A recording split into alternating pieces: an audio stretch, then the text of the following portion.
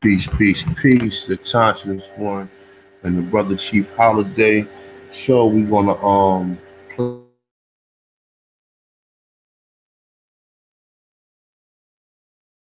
train. So alright, gonna play a song or two.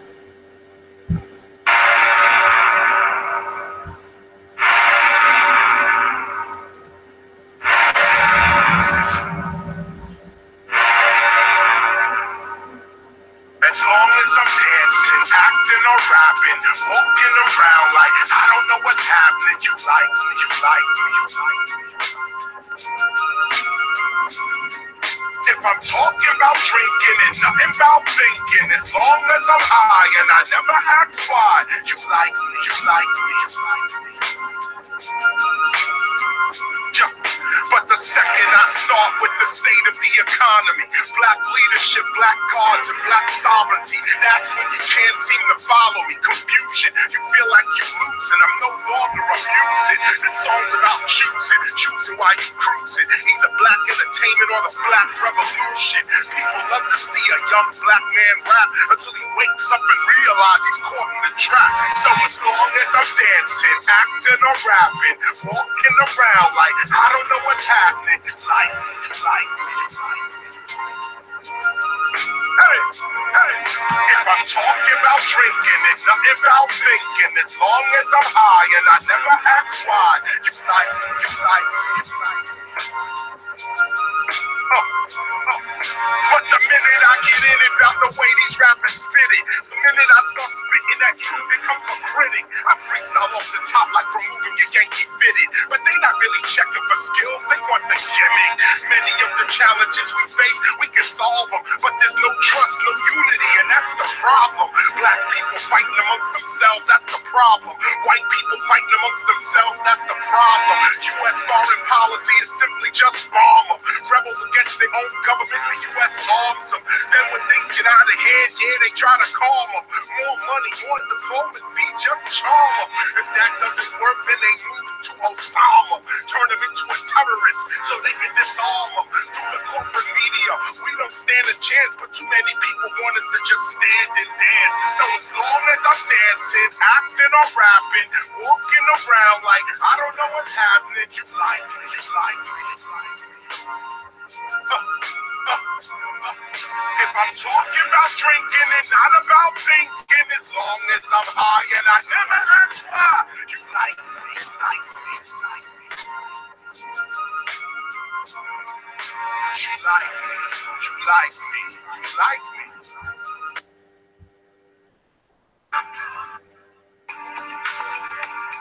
Yeah. Alright, so I was gonna play another song, but that shit ain't work out for me. Peace, peace, peace.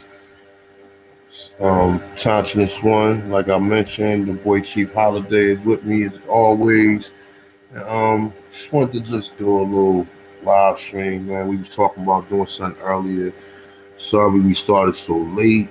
I just had a little technical problems with my computer. But yeah, well, we just wanted to have a little quick build on some more information. We're gonna do part one today. We'll do part two on Sunday. Chief, you with me? Yes, sir. Chief Yeah, Holiday in the building.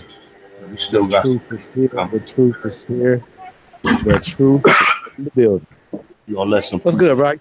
I'm good, man. I'm good, man. We're gonna let some people get in here today, man.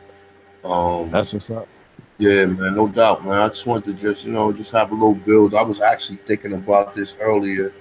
Um, I'm gonna do a video on it 'cause I got some related stuff dealing with this, but I'm gonna do a little bit more detailed video on the topic or whatever. And we be talking about will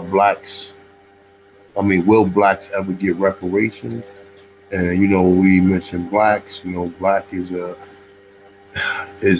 a term which most people consider to be civitate montus, meaning that you're civically dead in the eyes of civics. You have no civics, no rights. That no one is that no one has to respect or whatever. And a lot of us don't understand that about the status or whatever. But when I say blacks, I'm talking about the Aborigines in North America, and I'm not saying it in an ignorant way. Because I notice when I use these terms, a lot of people always feel as though they want to come and correct me or whatever. I know what the hell I'm talking about. I'm just using it for the people who don't know. Everybody don't know they Aborigines. You know what I'm saying? But after they listen to some of these, you know what I'm saying, some of these live streams and some of my videos, they find out then. So yeah, man, I just thought this would be a topic. You know what I'm saying? Like I said, we do part 1 today. We'll touch on part 2 on Sunday. Go ahead, Chief, go Bill for a minute, man. Yeah, man. Hey, peace and paradise to all American Aborigines. Peace to all the Aborigines all over the world. And, here's the thing, man. A lot of times, just like we did when we were, well, I speak for myself. I know when I was calling myself an African, I didn't know the definition or the etymology of that word, where it came from, who started it, when they started, and things of this nature. So I just assumed that all people on the planet that they found all over the planet, I just assumed that they were all African, right? I didn't ask any questions. I just fell all along the line with the whole Pan-African movement, right? Now, people say, well, why do you guys say anything? You guys are being disrespectful to the ancestors and all these other things. Well, we're saying, based on our reasoning, research, scientific evidence, scholastic evidence, and all other things that it's just overwhelming evidence that points us in the direction of being from this land. You know what I'm saying? Your personal ancestors passing down personal stories of being from tribes from this land. Now, if we just did away with all nationalities, okay? No Africa, no European, no Chinese, no nothing. And we just went with strictly tribes, right? You know what I mean? And none of us, unless your parents or your grandparents directly came from the continent of so-called Africa, you know what I'm saying? You had stories of tribes and peoples from this land. So I just think it's weird that we put to sleep, and it wasn't that long ago, less than 40 years ago when they started this mess. You know what I'm saying? And I feel like we can change it. Less than 30 years, actually. I'm thinking about it. Shit, it just happened in the 90s. You know what I'm saying? When we went to school, you know what I mean? Now, shout out to Professor James Smalls. Now, I do recall the first interview he did with Sinetta, and he told them that he didn't know anything about Africa until he left the farm and went into New York, a place like that or whatever, and then they started telling him about Africa. That's the same with us. And I'm sure that was like in the 50s, the 60s or whatever, right? That was the same with me in the 90s. I didn't know anything about no Africa until I left.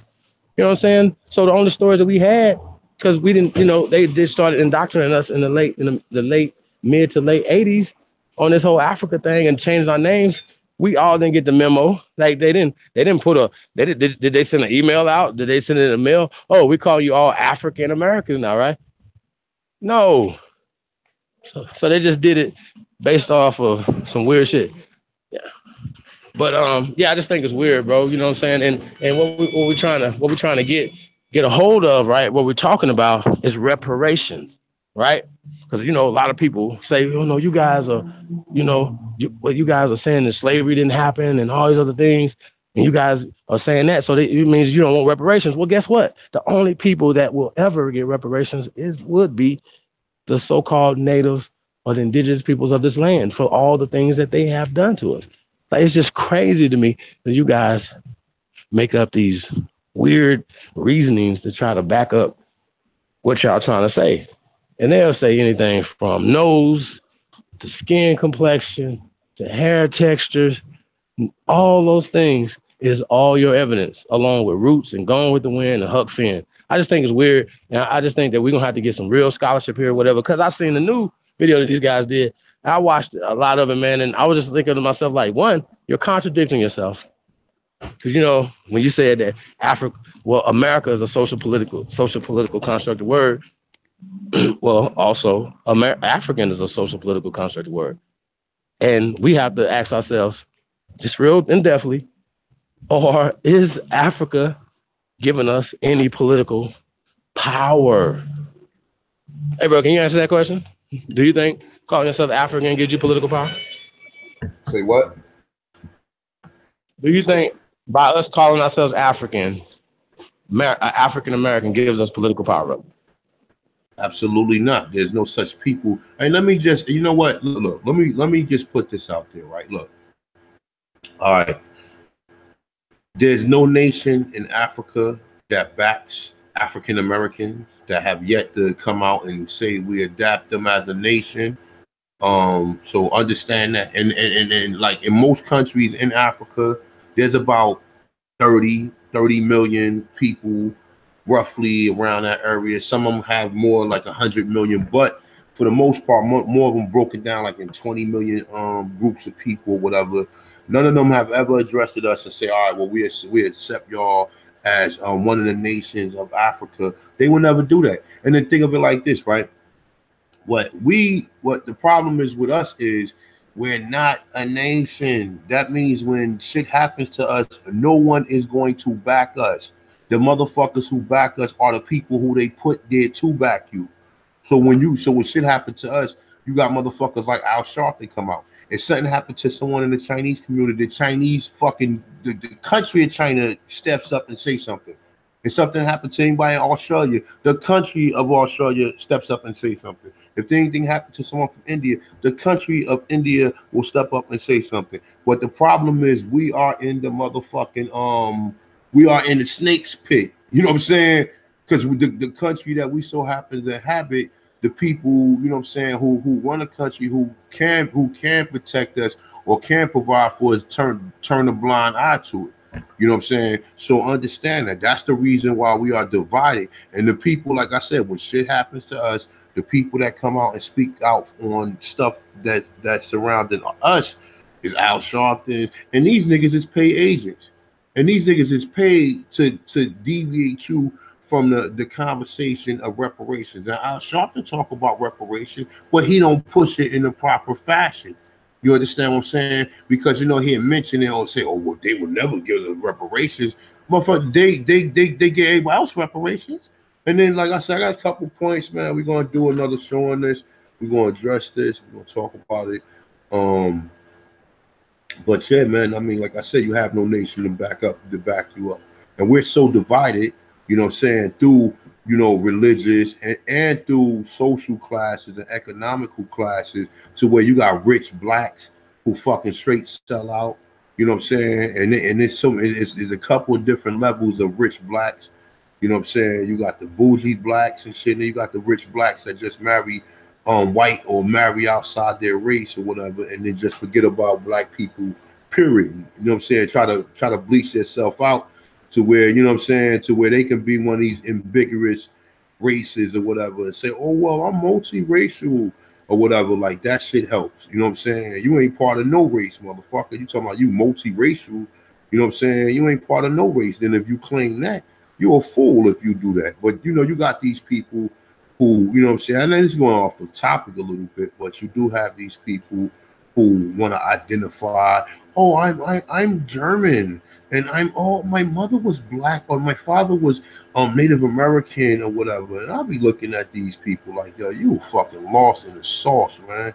And what Chief was talking about this too, right? Chief just said it's no Africa, right? And the funny thing is that we all agreed there's no Africa, or there was no Africa, right? But why, when you look up the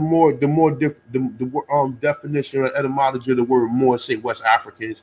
Because they're telling you that they was fucking Moors. The Moors was in Europe. You understand what I'm saying? So when they say West Africa, they talking about Europe. You know what I'm talking about? Because there was no Africa. There was no Africa. There was no Africa.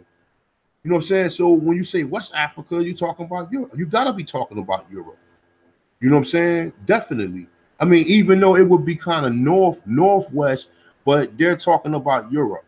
You know what I'm saying? But we agree that there is no word or no term Africa. That shit was invented in the 1800s. It was enforced in the 1800s, and it was originally applied to white fucking European settlers, man, and white European settlers. And then when you see the next definition, it says to Black Americans. Why is it only applied to Black Americans? Why is it not an international or continental name in which all of the tribes in that continent agree with and they all respond to? They all respond to it now because they're under program. Well, they all don't respond to it now, but there are still some people in like a lot of them towns, a lot of them countries in Africa who don't come outside. It's people in them countries who just stated who's not on the like, you know what I'm saying, who don't travel like that, who stay within their little village or their little community or whatever, and they don't know nothing about the word Africa. You look at it, you tell them about the word Africa, they look at you like, what's that? They don't even know what it is. You understand what I'm saying? But Chief, man. All right, so let's get into this, man. All right, so here go some of the reasons, man. Well, all right, I'm gonna go into some of the reasons why blacks are owed reparations, right? And when I say blacks, I'm talking about Aborigines in North America, aka the people who they consider the American Indian or Amerindians or whatever, or the term you want to identify to the Atanchans of North America, South America, and the conjoining Central and South America, and the conjoining islands. And this even includes the people that was taken from here that's over in Europe, you know what I'm saying? Because we got brothers and sisters over in Europe, you understand? And that's the reason why you look at, I mean, you do have some people who left some of them tribes in the continent that we associate with being Africa, but we do have a lot of people in Europe that came from the Americas, and you know them when you see them. When you see them, you know them. You know what I'm saying? But let's go with the first one, right? All right, so why are we owed it, right? For number one, many of us are displaced. Many of us wasn't fairly given the opportunity to properly identify ourselves. And when we was given the opportunity to properly identify ourselves, you have fucking devils such as Walter Plecker who addressed everything and came up with the Racial Integrity Act. You know what I'm saying? Most people knew. If we know today, you think people back then didn't know?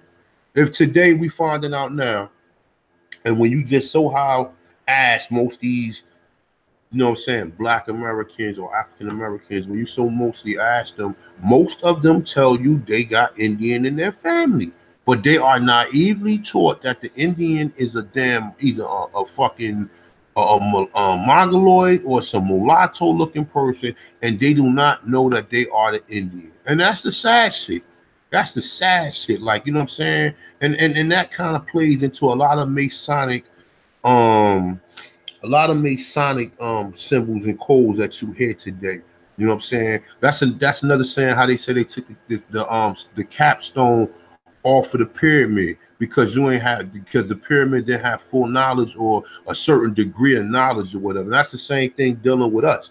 We ain't got certain degree of knowledge because you don't know who the fuck you are. When you ask a black person, you walk up to a Black American and ask them, well, what tribe did your grandmother say you was from? You know, they'd be like, well, you know, some of them will look like, oh, Indian tribe. They don't even fucking know, but they know they black. They know they African American. So, all right, so that's one thing that they basically stripped you, and you've been decolonized or your culture was reconstructed. All right, and now most of us, if we can attach ourselves, we don't know where we from. Or we don't know what tribe we came from. That's number one. Number two, that they don't tell you about the Aborigines that was turned prisoners of war and that was enslaved in this country. So what about them? What about the millions of them? What about they tell you that they're shipping millions of them out of here? So what about the millions of them that was left here? You understand what I'm saying? That's number two. And then also, you could talk about the conditions since after the Revolutionary War for places like Tulsa, Oklahoma, Rose Street. I mean, what's the spot in Roseland? And you had a whole bunch of black towns at that point in time, but a lot of them are not mentioned. Tulsa, Oklahoma is the more familiar one that we know, but we know a lot of them people who built that land was already Aborigines. Some of them might have took that trek across that 1,000-mile walk for the Trail of Tears. You know what I'm saying? While many of our other people stayed back and just remember their culture and remember who they was. And they just passed it on through their family and just, you know what I'm saying, even though that they accepted Christianity, they knew they was in it. And then, like I said, in the 1900s, 1924, they knew who they were. That's why they came up with that motherfucking classification, because there was too many people claiming that they was that. And they changed that quick. So everybody you see with colored on their birth certificate are fucking Indians. And it's not because I'm saying it, it's because they said it. It's because they said it. I ain't the one who said it. They the one who did it. They fucked up by putting color on anybody's birth certificate. You know what I'm saying?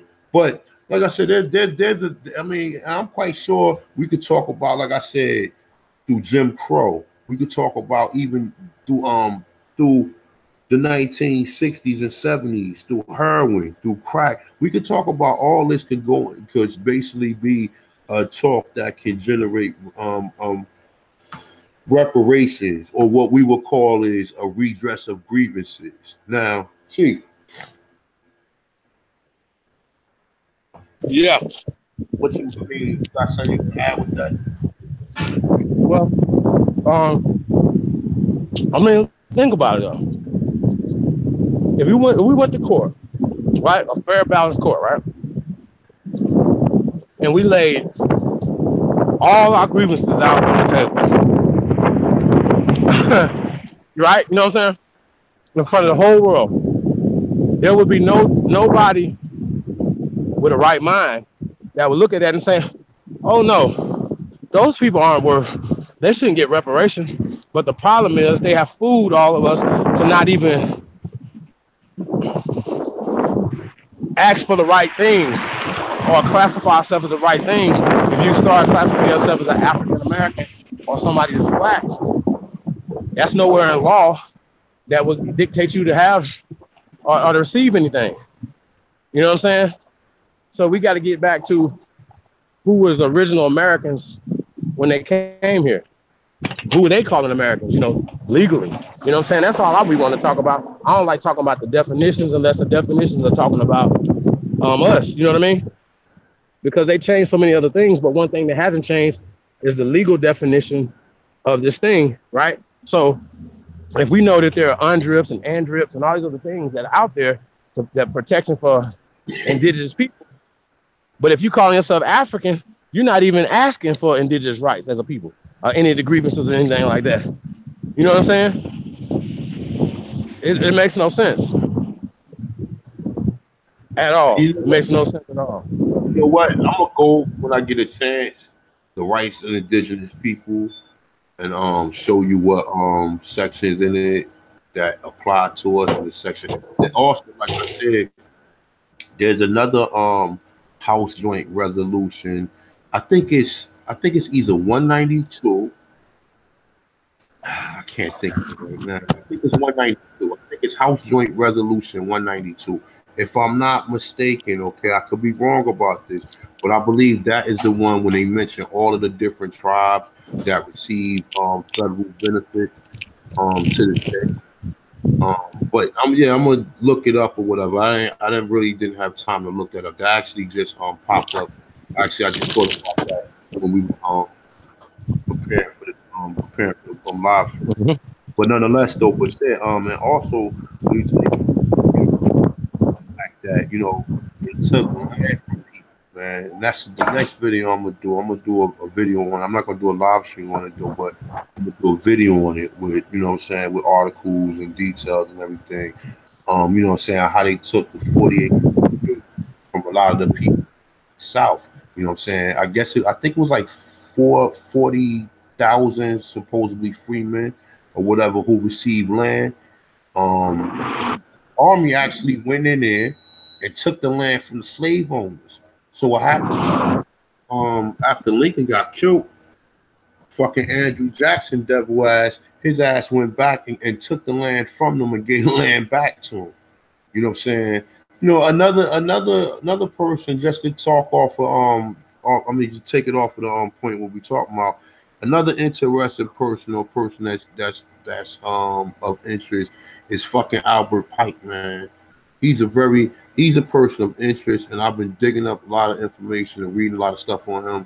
You know what I'm saying? And anybody else who did information on him, find out, like, because it's a lot of he got something to do with the disenfranchised of the Aborigines as well too, because he was the founder of the Masons and he's also in the KKK. So he's definitely a person of interest when you talk about a lot of stuff that happened around the Civil War. Around the Civil War and everything. Um, but yeah, like Chief said, you know what I'm saying, when you come in. But there's a video that's on YouTube or whatever. And you know what? I wish I could play it, whatever. I'm still trying to learn how to work that OBS system. But nonetheless, though, I don't want to play it. I do not want to get my shit hacked. You know, these devils are always watching, always fucking around. But nonetheless, though, it's a video in which they are in front of a judge, right? So they're in front of a panel of judges. I believe it's like 4 judges, and it's like I believe it's like 3 or 4 black people or supposedly African Americans or Aborigines, and there's a couple. I think it's like a Jewish dude, and it's some other ethnicities or whatever, and they're sitting up there arguing and telling the judge or whatever, right? So the judge is basically arguing with him at the time that they were slaves, that slavery was legal. He's sitting up there saying this shit to them, like, yo, he like, well, it was legal at that time, because what they were trying to do was they were trying to sue the corporations that's responsible for slavery. There's a lot of different corporations out there. I'm gonna find a video and we'll put it in the description. If not, just remind me, please send a post or comment, and I put the video up or whatever though. But you know, but he's basically saying, the judge is saying that because slavery was legal, and he's sitting up there worming his way around all of the questions. You know, there's a lot of questions that was raised, and at the end, the sister was the one that raised the most. She raised, like, you know what I'm saying, she raised a lot of good questions, in which she got some remedy from the some of the judges or whatever. But nonetheless, though, yeah, I mean, the argument has never been put out there because most of the politicians or whatever are fucking bought off. And then when you mention anything about reparations, they like, nah, that's not going to happen or whatever. But why wouldn't it happen if you gave reparations to you gave reparations to Japan during was that Pearl Harbor or whatever? I mean, I believe it was around that time. They give reparations to the Jews. They still paying the Jews today. And they practically give reparations to immigrants from third world countries because they let them come here and they give them unearned fucking benefits. So that's a form of reparations, to bring somebody in here. If I can't take care, look, if I got a home full of children, and some of them are hungry, some of them are not fed properly, how am I gonna bring other people in and take care of them? And then set a standard to where, you know, they allow them to have all these children, like they inspire them to have more children, because there's no way, like I said, and it's just off the topic or whatever, you know, like, I know it's a lot of Mexicans around here where I'm at. I see most of their wives, they be old as hell, having like 4 or 5 children with them. Like, if you know you just came to a country and you ain't got no paperwork, why would you have children over here? Oh, because you supposed to, because they make them citizens. You understand what I'm saying? If think of it like this: if you're in a place illegally, right, and you ain't supposed to be there, why would you make a family there, knowing damn well that they can arrest you for being illegal and then break up the family? You understand what I'm saying? So a lot of shit is done on purpose or whatever. We the ones that just don't get up on game because we got all this empathy and sympathy for people when people had no empathy or sympathy for us at all. We sit here, oh man, well, no, fuck that, because when it comes to us, no one else is going to talk up for you. None of these other people who come here to benefit from the jobs and the technology shit, that most of the shit that we created. Most of Japan didn't have a car before C.R. Patterson made a car. Japan and them didn't, Korean and them didn't have laundry machines before we created the laundry press or created the dryer, created the washing machine, and we don't get no fucking credit for it. And you niggas don't even fucking know that. All of the technology advances that was made here by us, and that's the shit that go around the fucking world today. None of the world will have this. We created it before the world had it. You understand what I'm saying? The first, listen, like I tell you, and I like to use C.R. Patterson as a good example. C.R. Patterson had the Greenfield automobile in the 1900s. He made the first automobile. There's a couple of different dates surrounding it, but they said the first one he made was in I believe it was in 1890 something around there. It was closer to 1900s, but they said the first car that he got out was close to like 1908 or something. And him and Henry Ford came out with the car at the same time. They said Greenfield automobile was way better than the T1000. I think the T1000 was the Ford first automobile that came out. Now we know back then they was lynching niggas, so ain't no nigga gonna steal no idea from no damn cracker. And if he stole an idea from a cracker and competed with him, we already know what will happen to him. So how was he able to have a car? So he took the idea from Henry Ford, or did Henry Ford take the idea from him? You be the fucking, you decide that. You know how the system is or whatever. But yeah. So so before, like I said, before Japan or before any of these countries that make these electric cars and Tesla and all that, niggas had a fucking car. You understand what I'm saying? Niggas had a car. You know what I'm saying? And another thing I get mad at motherfuckers always talking about saying that we not educated. There's over 100 motherfucking black colleges in America. So how the fuck we not educated? And most of these black colleges go back before the 1950s. Well, I ain't gonna say most of them, but the majority of them do or whatever. They go way back. You know what I'm saying? Even though we know some of them are funded by, these, I don't even want to get into the names, but we know the names or whatever though, but we still got colleges. You don't understand what I'm saying? We still got colleges. Ain't nobody else, ain't too many other people got colleges like that in here. I mean, it's a couple of like, they got a Dominican college, they might have they got certain colleges here and there. You understand what I'm saying? But for people to tell you that you ain't never do nothing, and they would not have no fucking air conditioning. Think of all the places that use air conditioners. Think of all the places that use air conditioners, okay? And that was made by a Negro or Aborigine of North America or whatever tribe he was from. You understand what I'm saying? As well as look across the world. How many countries got stoplights? I mean, and it even get more advanced than that, man, because we know Ralph T. Sampson is the one who came up with the gamma ray device. I mean, I think it's the gamma ray. I believe it's the gamma ray. I believe it's one of the rays that created the first cell phone or whatever. He was the one who created the cell phone, but we don't know about none of these. But and like I said, all these countries get these fucking inventions because America go around the world and sell it to them. How do you think they get it? And these are inventions that we made. You understand what I'm saying? That we fucking made. But they tell you ain't never do nothing. But you got motherfuckers who had cars before any of these countries had cars. So why didn't they support him and help him come out? Because his competition was a European here.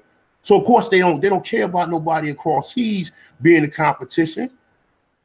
You understand what I'm saying? And think of it like that. You understand? Think of it like that. But yeah, when I say reparations, man, there's a lot of different arguments that we can't take. But hey, Chief.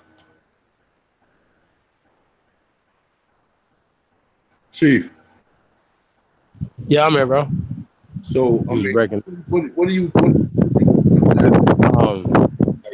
yeah, man, it's crazy.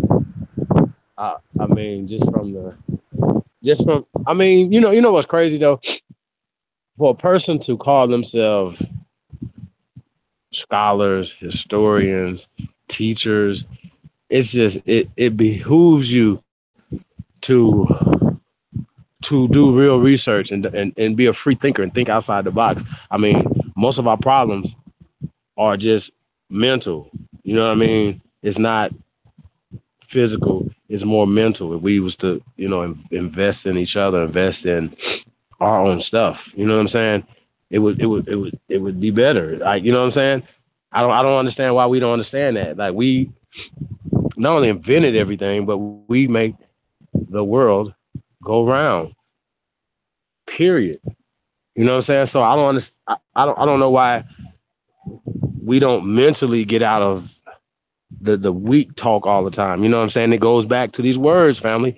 If you use the words that speaks powerlessness and hopelessness, you know what I mean?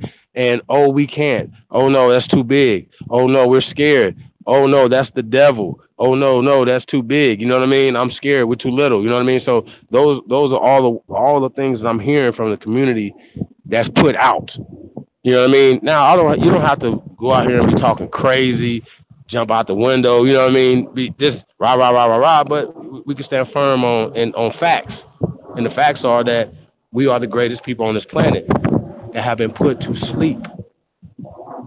The facts are that while we over there all in Kemet looking at those pyramids over there, the pyramids here are older. The technology is older. The civilization is more advanced. You know what I mean? So I just think we gotta, readjust our way of thinking and get back to the real, man. I mean, we're suffering from a lack of knowledge, man, or the wrong knowledge for sure. So I ask these people all the time because they say, yeah, we know these people have miseducated us and they're lying. But then when you ask them, what part of their paradigm or their indoctrination that they're teaching that the white man or whoever didn't create, you know what I'm saying, or didn't lie about, you know what I mean? So I don't understand. They use certain terms and words that put you asleep. You know what I mean? Because anytime that you will see a slave in a sentence, you automatically think somebody black from Africa. And that's just not right. And I'll just give y'all a perfect example. When you read the Constitution doesn't say black or white.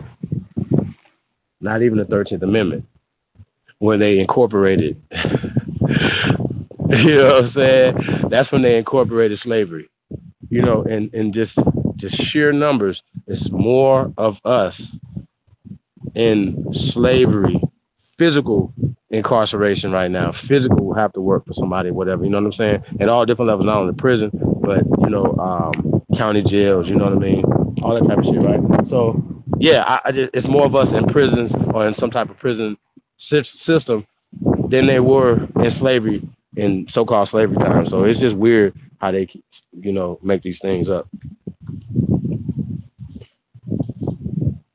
Hey, you know what? Hey, look, you know what? Too, while we talking about this is off a little topic.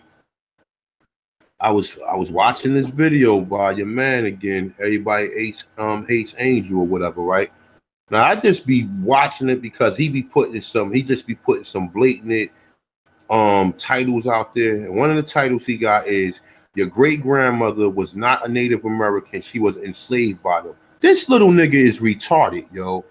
And I'm not even gonna address him no more. But this little nigga is retarded. He need to sit his fucking Puerto Rican ass down, learn what fucking tribes was in Puerto Rico and whatever the fuck else he's mixed with, because like, and then he make these videos talking about, oh, there's other black people in the world besides black Americans. Oh, motherfuckers be doing shit like that because they be hating. You understand what I'm saying? They be trying to hate because he have a percentage of black. Oh, he can just speak up and talk up against black Americans, and we in the process of trying to find out who the fuck we are. And this nigga making videos saying your great grandmother was not a Native American; she was enslaved by them. This nigga's an idiot. The Indians was enslaved. You little fucking retard. You know, and I'm sorry to address. I'd rather address it on the live stream than make another fucking video proving something that's we understand it. We understand it. I'm not making no more because we pretty much understand it. We pretty much know that they enslaved. They sent 5 million motherfuckers to fucking Europe and Africa, you little retard. And it's documented. Whereas these people, oh, you forgot about them people. Oh, we forgot all about them people. So what about the enslaved people of this land? They brought 380,000 people here, but they sent out 5 fucking million people to Europe and Africa. What about them?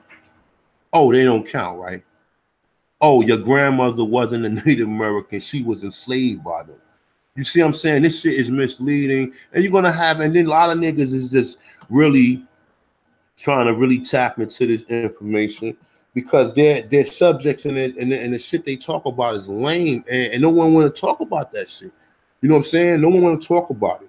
You know what I'm saying? But niggas is in the process, or we in the process of really trying to really find out who we are as a people, or at least who some of us are, or the people who identify, or even the people who just pay attention, because everybody don't pay attention.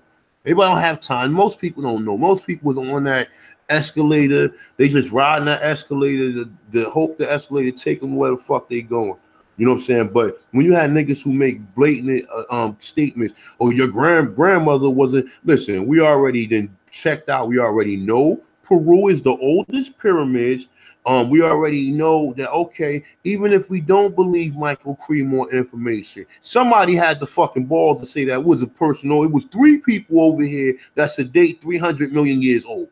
So, okay, so even we took the 300, even we said it was 1 million years old, this still it will be the oldest known human that was found before Lucy. So, I mean, come on, man. It like I said, when you do real research, and when you like, see, I done been, like I said, I've been in universities, and I done listened to people like Bobby Hemmett, Phil Valentine, and I done snatched little jewel from them. Because if most people don't know, most people sit there and they always down in Bobby Hemmett. Bobby Hemmett was fucking, he interviewed the Washington Empress back in the fucking 90s. Back in the 90s. Okay, he don't talk about it a lot, but he has a video out there of him talking to the Empress of the Washington.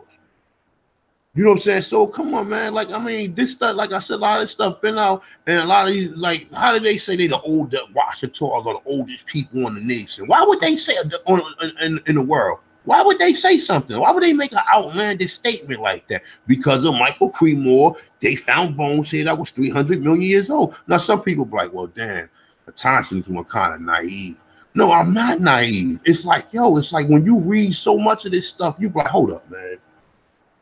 Some of this stuff just you will have to be like, all right, what would compel so-called paleontologists or archaeologists who've been doing this shit as long as he's been doing it to tell you that they found bones that was 300 million years old? Why? Why would this? He's a professional. We're not professionals. We're not experts at this. We're not nowhere experts at this. So why would he make an outlandish statement like that? This is the shit. These are the questions that compel me to do research, because I want to know why. I don't dismiss information. I say, hold up, man. Nah, let me see that. Let me see what's going on with that. I want to know. You understand what I'm saying? I want to know. Now we already know it's a system that's set up to keep people from agreeing. That's the peer review. That's the peer review that's ran by fucking Masons, that they sit there on the panel and agree. Oh yeah, oh nah. That's, you think they're gonna let a motherfucker tell you that it was bones that was found in Illinois? That when he said it was a gold chain bar, I can't. Like, I can't, because I already heard stories from David Hatcher of saying how they digged in the mounds and they found people with fur zoot suits on with gold chains. And I cannot make this shit up. I cannot make it up. I can't make this shit up. They said in one of the mounds, he said in North America, he's being interviewed, David Hatcher. If you want to check him out, it's Coast to Coast or whatever. And he is an archaeologist. I believe he's an archaeologist, a paleontologist, that basically do the Americas. He will never tell you what the people look like in the Americas, but we take his information and we already apply it, because we know the Smithsonian Institute already said the first Americans resemble Australians, Africans, and South Pacific Islanders. Okay? Now, with that being said, we don't need to even identify them, but we just need to hear the dates coming from them, because they identified it themselves. You understand? So, Chief, what you think about that before we go on to the next part of the reparation?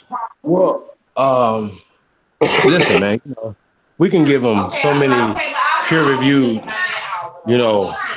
doctors who give irrefutable evidence. Shout out to Dr. David M. Motep, you know what I'm saying, with his book, Documented Evidence, and he revised it. So I haven't read the revised one, but I'm sure it's not too far off from a lot of the work and stuff that we, you know, that we're doing. You know what I'm saying?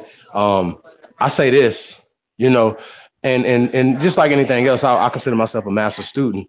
So as a student of Dr. Ivan Messertimus and Dr. Dr. Clark, Dr. Ben, and all the great ones, you know, because like we said, we get something from everybody, you know what I'm saying? As a master student, right? You know, coming in and saying, okay, I feel like I can make a peer review or a critique on my brother, Dr. David Imhotep's book, when he says that the first Americans were Africans. Now, we know that obviously Mansa Musa's people, Abu Kara, any of the dynasties did not consider themselves Africans. None of the Sudanese, none of the South, people in the South Africa, the so-called Khoi and the San people did not consider themselves Africans. You know what I'm saying? So we just know that's just not true. You know what I mean? But it gives the book a different, just the title, you know what I'm saying? No matter what the research is, no matter what we're saying, if you consider every black person that you are, every copper color or every maroon or brown, every Negro of the land that you find on this planet came from Africa, right? You know what I mean? And Africa's motherland, and like, Mississippi's not a part of the Mother Earth, you know what I mean? And it's not as old as, you know what I mean? It's just crazy, man, how people think, man, you know? And I just think it's weird, you know, we've been here too long. We've been here, there's no start date, there's no time. Especially when they find the calendars here in America, it's just, I didn't find the calendar, I didn't date it, but they say it goes back 14 billion years. And they're finding hammers in Texas that go back 400 million years. And I didn't date it. I didn't get it out the lava, the rock and stuff like that, whatever, shoe prints and things of people okay, so even if you don't find the bones, you still find footprints that put us in the Americas hundreds or millions of years ago. You know what I'm saying? And then they always try to play word games with you too. There was people here, they were archaic human beings, or let's just say archaic human beings, right? So they'll say some dumb shit like, so archaic human beings met some modern human beings, right? And I just think that's weird how two different people can meet each other in two different time periods, like the modern human beings were going back in time, or the archaic human beings went into the future. You know what I mean? It's just weird to me, man, how they try to play games with y'all, man, and with us and our minds and shit like that. And I think it has to stop. And once we equip our brothers and sisters with all the things that they need, you can put all that down, man, and don't fall for those traps. I just seen Sonetta do it again today. As soon as the brother came on, he asked him something about whatever he just wanted to know. He said, no. So, brother, what is your background? What do you believe in, right? And so the brother finally told him Hebrew. And then he asked him, okay, well, you saying that, you know, why we saying we from Africa, go back to Africa, right? He said, well, shit, you're a Hebrew, which is kind of true because Hebrewism comes from so-called the place of Africa. It doesn't, listen, just because the Ashkenazis went in and created Jerusalem in 1940s, don't make that Mesopotamia or the Middle East or separate from the continent of Europe or Africa. Y'all are weird for thinking weird like that, for them putting these barriers in your mind based off of their carving up of the maps. You know what I'm saying? Them changing the names of shit or putting names back in time that didn't exist. That's what we got to stop doing. All of us, even myself, we have to stop doing it. We have to stop saying certain things that didn't exist. We can't call Crispus Attucks African American. We can't call him, what were they calling him? He was called the American. So Glenn Beckman was right. They was calling us Americans. They wasn't calling people from Germany Americans, right? They were still identify themselves as Germans. People that were coming in from Britain, they were still consider themselves British. Same way as if a Chinese person was to come here or whatever, and even if they was having Chinese babies, they would still be considering themselves Chinese. It's the same situation. So we are the only legitimate Americans here. That's a fact. So yeah, so a lot of this stuff that we're talking about, man, it's just it could be easily debunked. It could be easily refuted. Everything that Professor James Smalls and Jabari and Rob Bourne said on that live stream was all fake. It was all a lie, and it could be debunked. I was just gonna go through that whole thing, just point by point, boom, boom, boom, here, right, and show it. Here you go, of showing how you guys are wrong. Because now, see, everybody that was just listening to them, they didn't show anything. They just say stuff. Oh, Aborigine means the original man, and the original man is African. What? What tribe is African come from? Then they say, oh, it comes from the Afri people. Really? So then you go do your research on them, and they didn't call themselves Afri. Too weird for me, man. It's too much weird shit going on. So yeah, we got to stop the madness, man, and really tell the truth. And we're gonna be truth tellers. And no matter what we're doing, I think that's it, man. You know, and if your favorite YouTube personality or teacher or whatever you've been supporting all this time, has been putting you to sleep and has not been telling you anything to gain power financially, whatever. I don't know what to tell you. You might need to do something else. And you know what else too, Chief? What's that? Just to go with all of the technology and all of the shit that we talked about, we just invented. I mean, because like I was just sitting here thinking about that shit, man. I was sitting here thinking because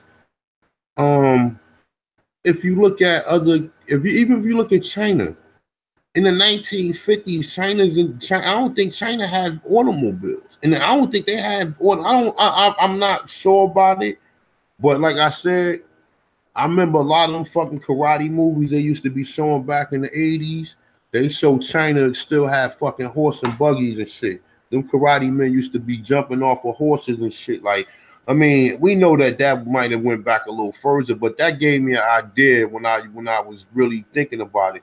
We know that China did not have the resource they had in the 1960s or whatever. That shit they had over there, that shit didn't look nothing like that. All that shit came because of the technology that was found here. If you invented the light bulb, I mean, think of it like this, right? When you go through Broadway or Times Square, all them lights and all that shit wouldn't exist if it wasn't for fucking light bulbs. Who invented the light bulb? Oh, Louis Latimer.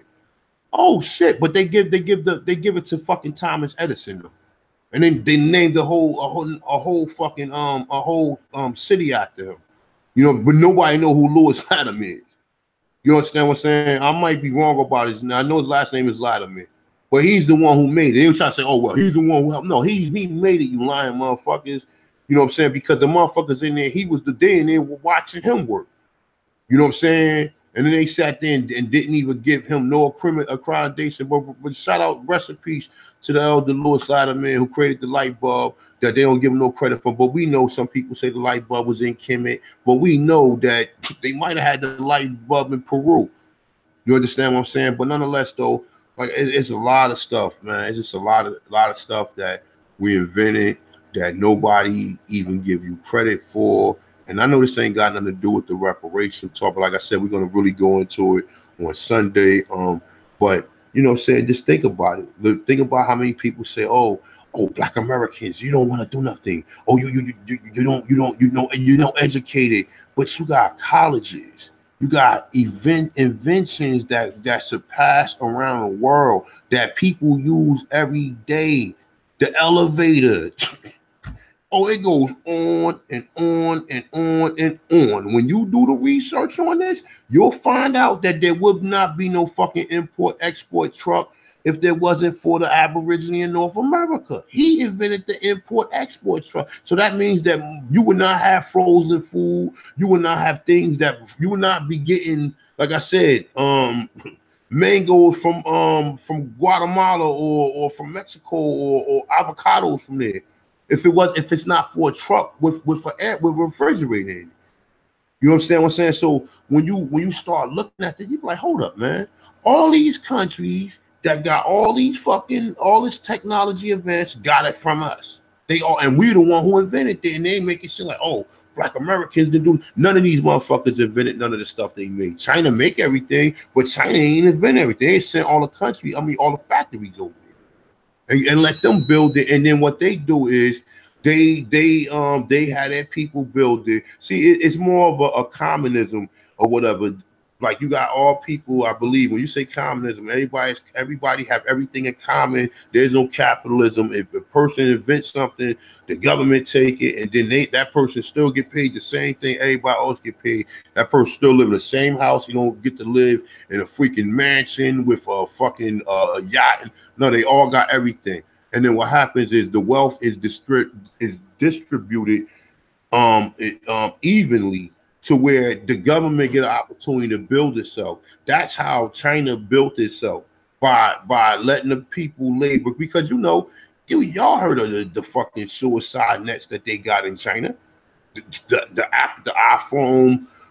But I got an iPhone. I mean, like China want to take they want to take these fucking contracts and make these devices or whatever, and then put their people there. I mean, listen, I'm not saying I ain't got nothing to do with it. I have an iPhone, but China, you got your people working too much. The motherfuckers is jumping off the building, and then a lot of them other factories. You understand what I'm saying? But like I said, all of them, a lot of inventions came from you. You had the inventions before any of these other people had it. You know what I'm saying? Yo, I would be hard pressed to think that we didn't make the TV. I would be hard pressed to think that we didn't make that. But go ahead, Chief. Well, no, I just wanted to kind of comment on what you were saying. Yeah, man, peace to all American Aborigines, man. Peace and love. But no, man, it's when we were growing up every year during the Black History Month, these fools would tell us some bullshit. They would be like, yo, the person that invented the cotton gin, the person that invented the light bulb, the person that invented all these wonderful things that everybody around the world is benefiting from, right? They said they was a slave. And I'm like, yo, you know what I'm saying? That it makes you, I don't know what to say, y'all. It's just crazy to me, right? But the problem with that is, right, if we talk about this all the time, right? When how they're changing words or they're applying words to a certain group of people and changing it for another group of people, you know what I'm saying? That's basically writing themselves into history of they're just created power for themselves and a power. It's just a matrix, people talk about the matrix, right? You know what I mean? Imagine if we all woke up and everybody was thinking like we were thinking, you know what I'm saying? Or at least half of the country was thinking of us was thinking like we were thinking. That would do it, right? Because it would be enough of us to support our own businesses, or we would create business on a business economic structure or power or base that even the rest of the American Aborigines who don't even consider themselves Aborigines, they would have no other choice but to come to our grocery stores, come to our gas stations, come to all our things, and support our radio stations, our television stations, and all these other things, right? And we were talking about some of these things. Shout out to Sister Phoenix Moon. We got to definitely do a bill with her when we talk about a lot of these laws and treaties and things of that nature, right? But when we talk about the UNDRIP and all these different things like the protections and stuff like that for Aboriginal people or indigenous people of this land, they made it seem like to us, you know what I'm saying? When they were telling it to us, they would say, oh, it was for African Americans. You see what I'm saying? Or they would just say Negro, right? Because, obviously with Negro, they disenfranchise us to make us think that, still Negro was a slave and slaves are from Africa. You see what I'm saying? So the point is that majority of this stuff can be defeated in our minds. That's the simplest thing I can say. It don't matter what they write on a piece of paper. I don't care about their laws. I don't care about their treaties. I don't care about none of that shit. You know what I'm saying? That doesn't matter. Like, oh, no, they wrote on a piece of paper, so, it's their land. What? You see how that works? So they came here and created new tribes off the maroon tribes of people that were here. Not shipwrecked, the brown, different variations of mahogany, different variations of brown tribes, dark brown, medium brown, some lighter brown in this country with afros and different types of hairs, different type of noses prior to the Europeans coming here. We already had trade routes going. We were already trading as a trading power around this planet already. They're lying about Christopher Columbus. He didn't exist. You talking about the Knights of Columbus, you know what I'm saying? And them changing and making the, man, it's just crazy, y'all. It's just crazy how they just constructed this whole movie for us, right? And if you just do any real research on it, you can see all of it's fake. And that's how I stand on it. I stand on with some of the shit I say because I've went down a rabbit hole and I dug up some stuff or whatever. You know, I'm like, yo, I got to the root of this thing. This is where they created this term at. This is where they started doing these things at. You know what I mean? But in the 1400s, Europe was still what we want to consider black.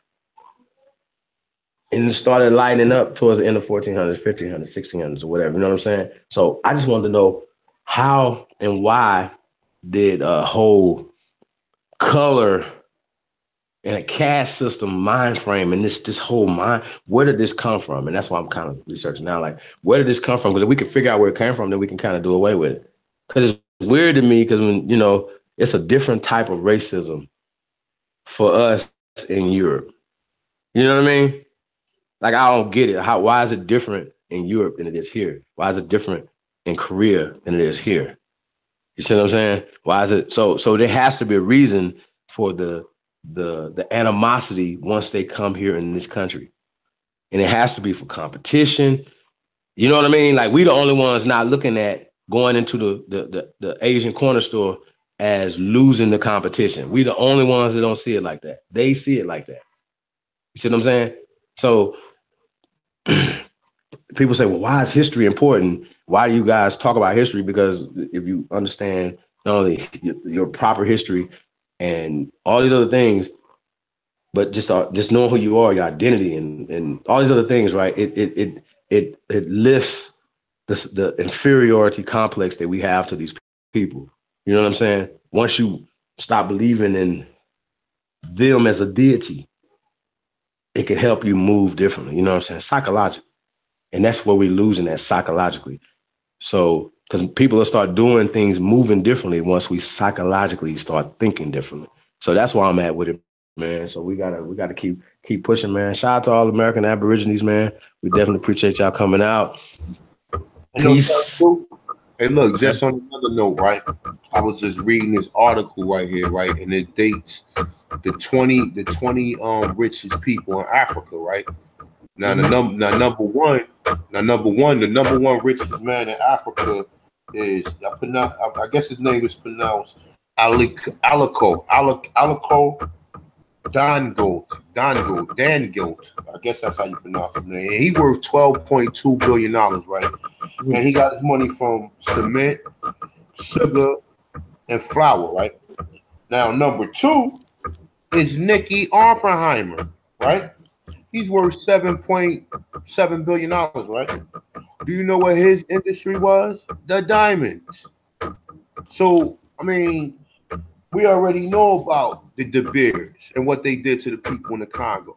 And this nigga was smiling and shit with $7.7 billion. You know what I'm saying? The number three is it's a European. He got 7.7 billion. Then it's this motherfucker's an Arab. He got 6 point. I mean, ultimately, there's only like 4 or 5 black people on this whole, or black Africans, or whatever people from that continent that we consider to be Africa, that's on this list. The majority of people on there. But remember, the first black billionaire, I think, was Reginald Lewis. I don't think none of them Africans was billionaires before Reginald Lewis. Reginald Lewis took a shell corpse, like we said, Beach Nut. He took Beach Nut food. He took that shit to $1 billion company in a year. And in a year, he was dead. You know what I'm saying? And sorry about the background noise, y'all. It's my computer and shit. Sound like a choo-choo train and shit. But nonetheless, though, like I said, man, All of them inventions, man. And that's another thing. You never got proceeds from none of your patents. You sold your patents. Some of the patents probably was just taken from you. You know what I'm saying? But yeah, man, you know what I'm saying? It's a lot of stuff to give you at least at the end of the day, you know what I'm saying? You learning something, you can teach your kids something, you get them something to be proud about because motherfuckers are always told that we haven't never done nothing. All of the shit we did is what's going on in the world. Even when people come here, that we set the template for culture. People come here and forget their culture to look like you. So they come from a country where they got a nationality and they have a culture, and they come here to look like you. They no longer practice their culture. And that's another thing, like I said, that shit is just weird to me, how motherfuckers come here and just give their culture up and then inseminate amongst people who not from their culture, but just who probably speak the same language. And that's what you see. You see, like earlier, I was in the doctor today, but I was getting some blood work, right? See the Spanish people, all of them. I don't care what they are. They all talk to each other. We don't do that shit. We don't do that shit. We hate each other. And that's the thing. We got divisions amongst. Think of it like this, right? Like I just gave you the example of China, how China built its economy. China built its economy by communism. And people think, oh, communism is so bad. Now, communism is everybody got the same thing, and we're going to build until we get to a certain level or whatever. You know what I'm saying? And niggas never do that because niggas, we are so jealous of each other to the point to where we buy stuff that we can't even afford just to outdo the next motherfucker. Just to outdo the next motherfucker. We buy shit we can't even afford and put ourselves in debt just to try to shit on the next person. Instead of like, you need to listen to shit like spiritual or mental things. Everything ain't about just no aborigines. A bone, what you want to talk to a bone and arrow? You need to listen to people like, you know, Bobby Hemming or people who put you out there on that spiritual realm. So at least you can take some points from that.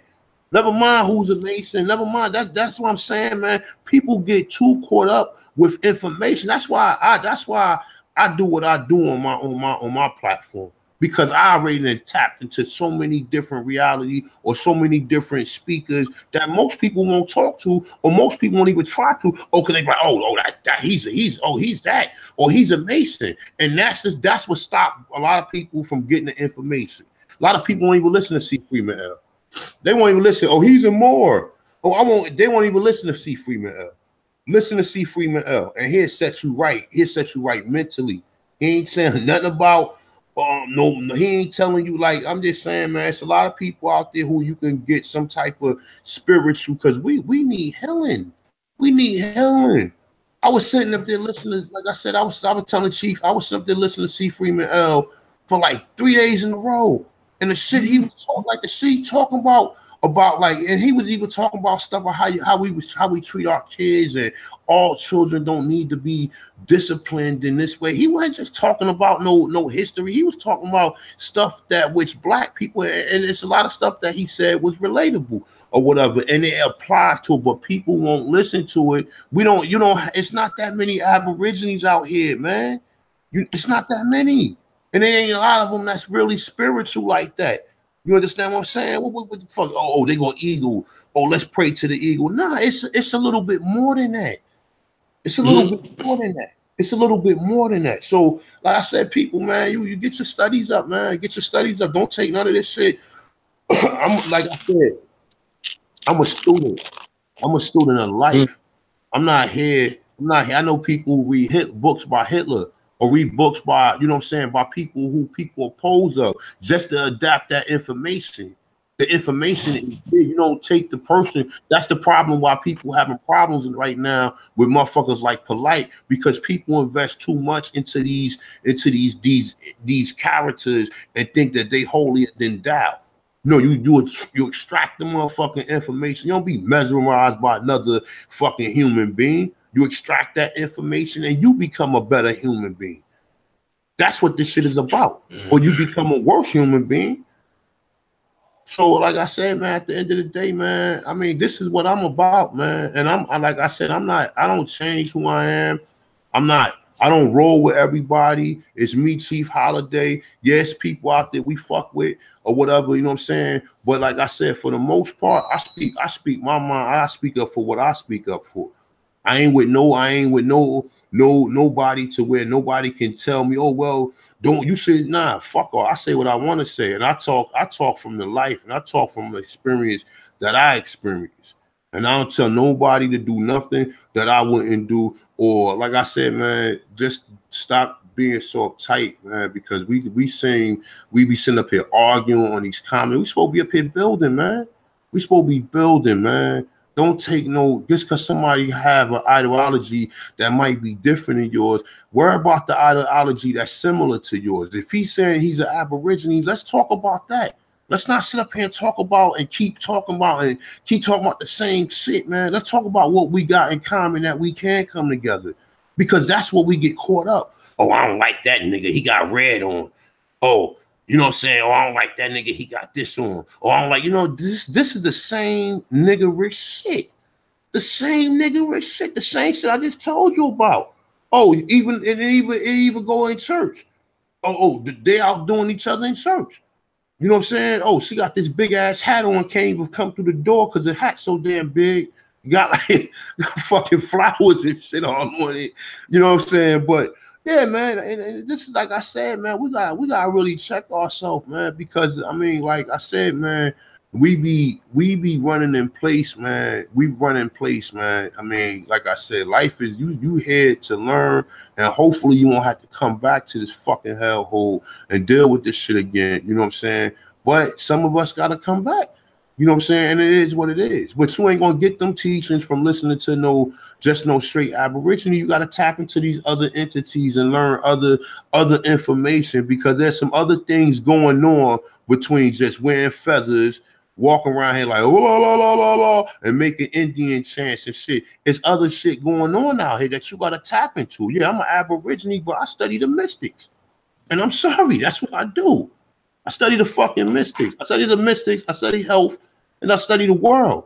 That's what I got. And like I said, when I study the teachings, and this is not going into the whole what we discussed about no Moorish information or nothing like that. I study shit. And before I came through any of it, like I said, I came through the science, came through the information, and Drew Ali has some wonderful teachings that everyone can learn from. You know what I'm saying? Everyone can study the world and study yourself and come back and you study the world and come back and study yourself. Everybody want to live off of love, truth, peace, freedom, and justice. We all need that. So, like I said, I take from the life and I apply that shit to my life. I don't let nobody sit there with their opinion or their ideologies or what they don't know about or whatever and make opinions from stuff that they don't talk about. I take from the life. There's a lot more shit going on than just somebody sitting by a tree. You know what I'm saying? It's a lot of shit going on out here. Tap into it. You have the internet. You got YouTube. You got research out there. The shit is endless. It's endless. Right. But I mean, just with that being said, go ahead, Chief. I mean, sheesh, man. I don't know. I just got so much, man. I say this. I absolutely understand. We have to understand that there are people they're called gatekeepers. We understand that there are people who are working against the best interests of the community. And a perfect example of this is look at our communities. There's no way for us to have gutted our financial infrastructure, right? And then allow other races of people to come from other countries and to come into our country and provide things that we don't even need. And they're making billions off of us and being able to send money back home. Think of the dumbass, who came up with this dumbass plan? Think about this, y'all. Let's allow other people to come from other countries, right? Make money in America and then render their money back to other countries, right? Now think about this. Now the reason why they can easily do this, send their money back to India, send it back to wherever, right? Is because they have dual citizenship, or they still only have citizenship at the country they're in. They're just working in America, so they can easily send their money back to their country. Now, the same way, dumb America, whoever came with this dumbass idea, the same way, the same way that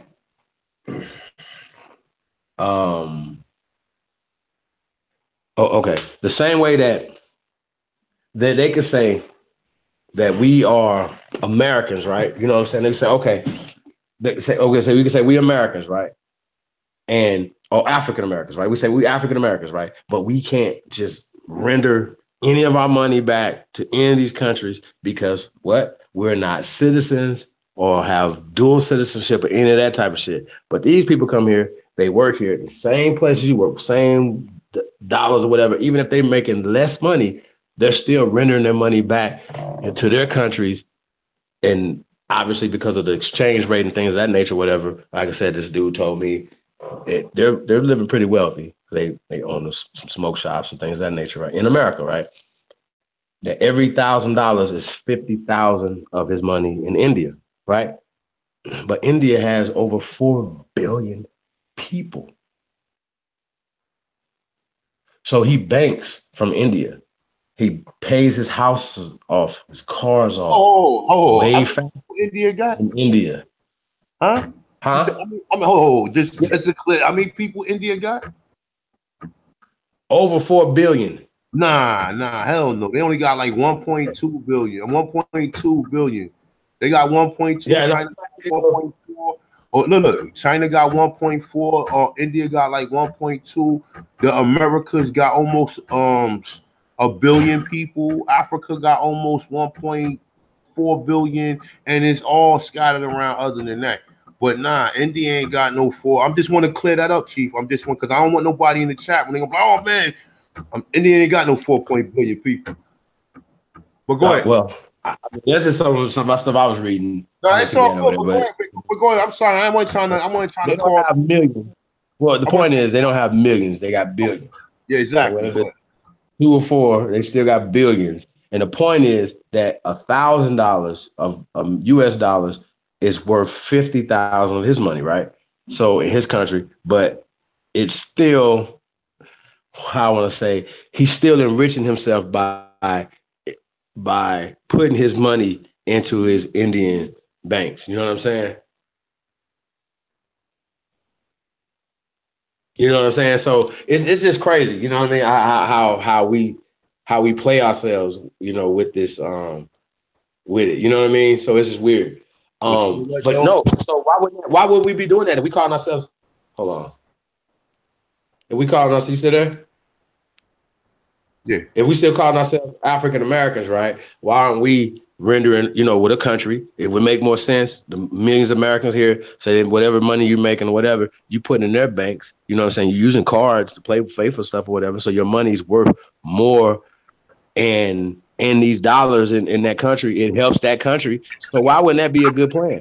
You know what I'm saying? Why wouldn't we do that as African? I got air quotes over there. African Americans, right? Why wouldn't that be something that we should be doing? We'll be doing with any poor country or even, you know, some of the more affluent countries in so-called Africa. It's crazy for us not to do that or be able to do that. It's hard for us to do that because we're not African nationals. You know what I'm saying? We don't have any ties to that country. You know what I'm saying? It makes no sense. You know, we don't even have any banks in Liberia that we're dealing with. You know what I mean? So it's stupid for us to keep doing the way we're doing. So it says 2000 Indian population 1.3.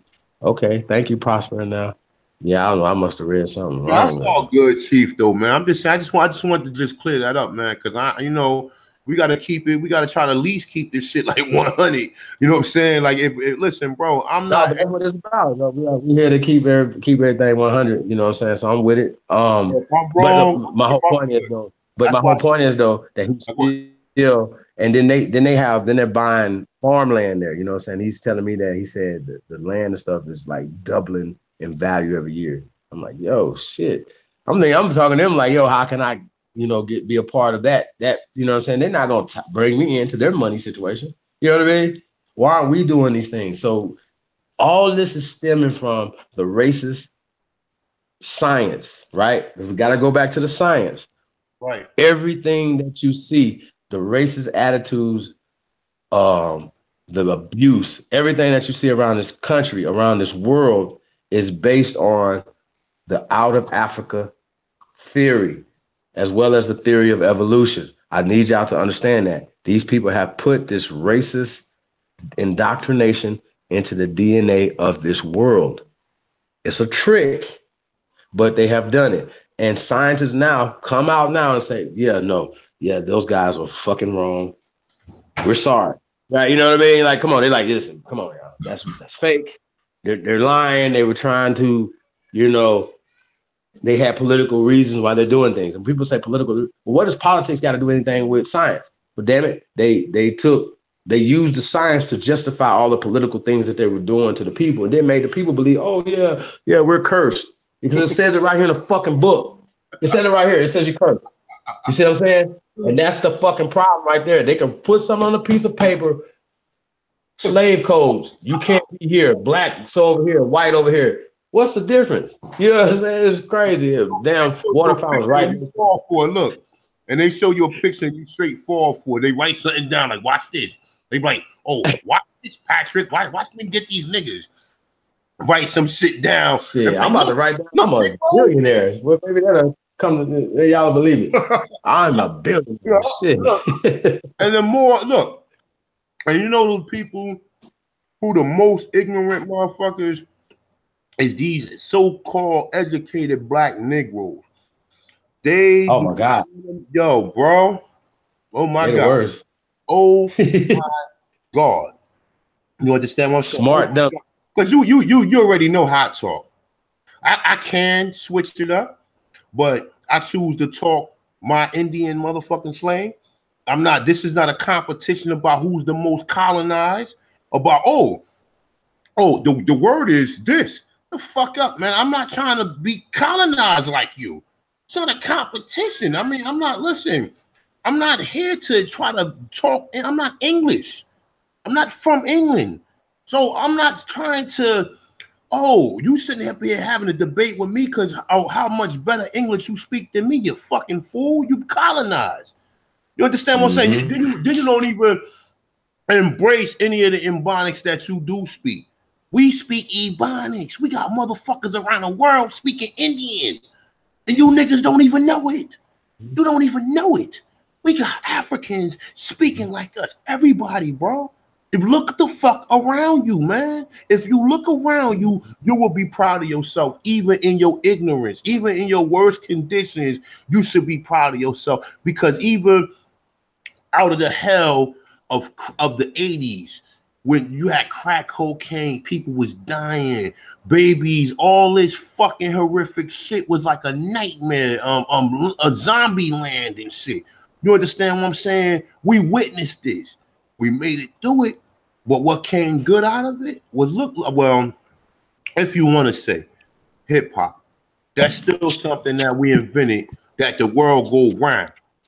Us breaking the rules of culture, and we dress how we want to dress, and we wear what we want to wear, and we look how we want to look. People come here and try to be just like us. Now we already done mentioned the inventions, and they can never call you ignorant because you got colleges here. So what can anybody say to you when you wake up and you understand who the fuck you are? You start worrying about other people's ideologies and just come together. That's the problem, yo. That's the problem with us. I go back to 6th grade when Stacy don't like Rashida because, I don't like Rashida because she said, and this is the shit that we've been going through. We constantly won, we constantly fight with each other. You don't see nobody else doing that. These people come together, they on cold. They is on fucking cold. Well, us as Negro, we sitting here debating stupid shit or whatever. You know what I'm saying? And these people on cold. These people understand. But see, the problem is that who do you have? What leader? Who do you have? You don't have no. It's no such thing as a leader. So you have to educate yourself and see what the fuck going on and try to find people with commonality to try to survive this shit. Because all these Negroes can't get along. All these Negroes can't find no common ground because we separated. We separated by rich and poor. We separate, like I said, you got the poor Negroes in which the rich Negroes frown upon them instead of going back teaching them or whatever, or trying to help them or trying to at least embrace them. They don't want to embrace them. It's whoever's going to break each other will the fastest. Either you're going to give in to his hip hop culture and just realize that he's not going to conform to what you're telling him, or he's going to conform to what you're telling you. You understand what I'm saying? So we have to look at that. We are separated by religion. We are separated by ideology. We are separated by class. We are separated by politics. By fucking politics, man. People still talking about Democrats. And the Democrats, only thing they trying to do is get more. This is a fucking game to them. They're not worried about no black people. This is a game to them about who can get the most votes so they can stay in political power or whatever. Meanwhile, you got black people here getting firebombed in the house in fucking California or whatever by fucking immigrants who wasn't there 30 years ago. You understand what I'm saying? Who wasn't there 30 years ago? Fuck that. They wasn't there 30 years ago. How do you come and then somebody embrace you? Because I'm quite sure most of them towns in Los Angeles or California, just look at the census. There was no Mexicans in California in the fucking 1900s. Look at the census. They always tell you, oh, California was part of Mexico. So why there's no Mexicans there? There's Mexicans there now. Now, after the fucking 1965 Immigration Act. When they started, even when they came here illegally. So all that shit come into play. So understand that motherfuckers don't got your best interest, and listen. You got other black people, you got black Americans that ain't got your best interest. You got black immigrants that come here that don't have your best interest, and it work both ways. You got black immigrants who come here who got your best interest, who like, man, fuck this, I got to do the right thing. I see what's going on. I gotta get with the brothers. And then you got other people who turn their blind eye and become one of these people who say, I'm just doing my job. I'm just doing my job.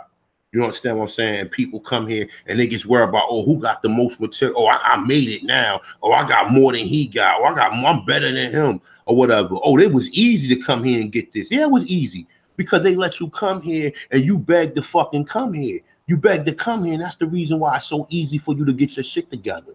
But don't never frown upon who you are as a person. Because guess what? With all this fucking shit going on and everything going on, motherfuckers are lynched, niggas dogs bitten on, and we still fucking here. We are still here.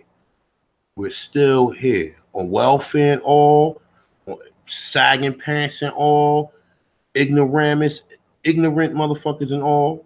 You know what I'm saying? But we are all the same people, man.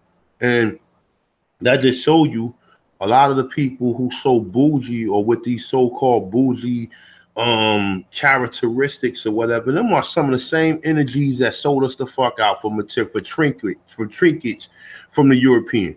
They're the same people who sold you out.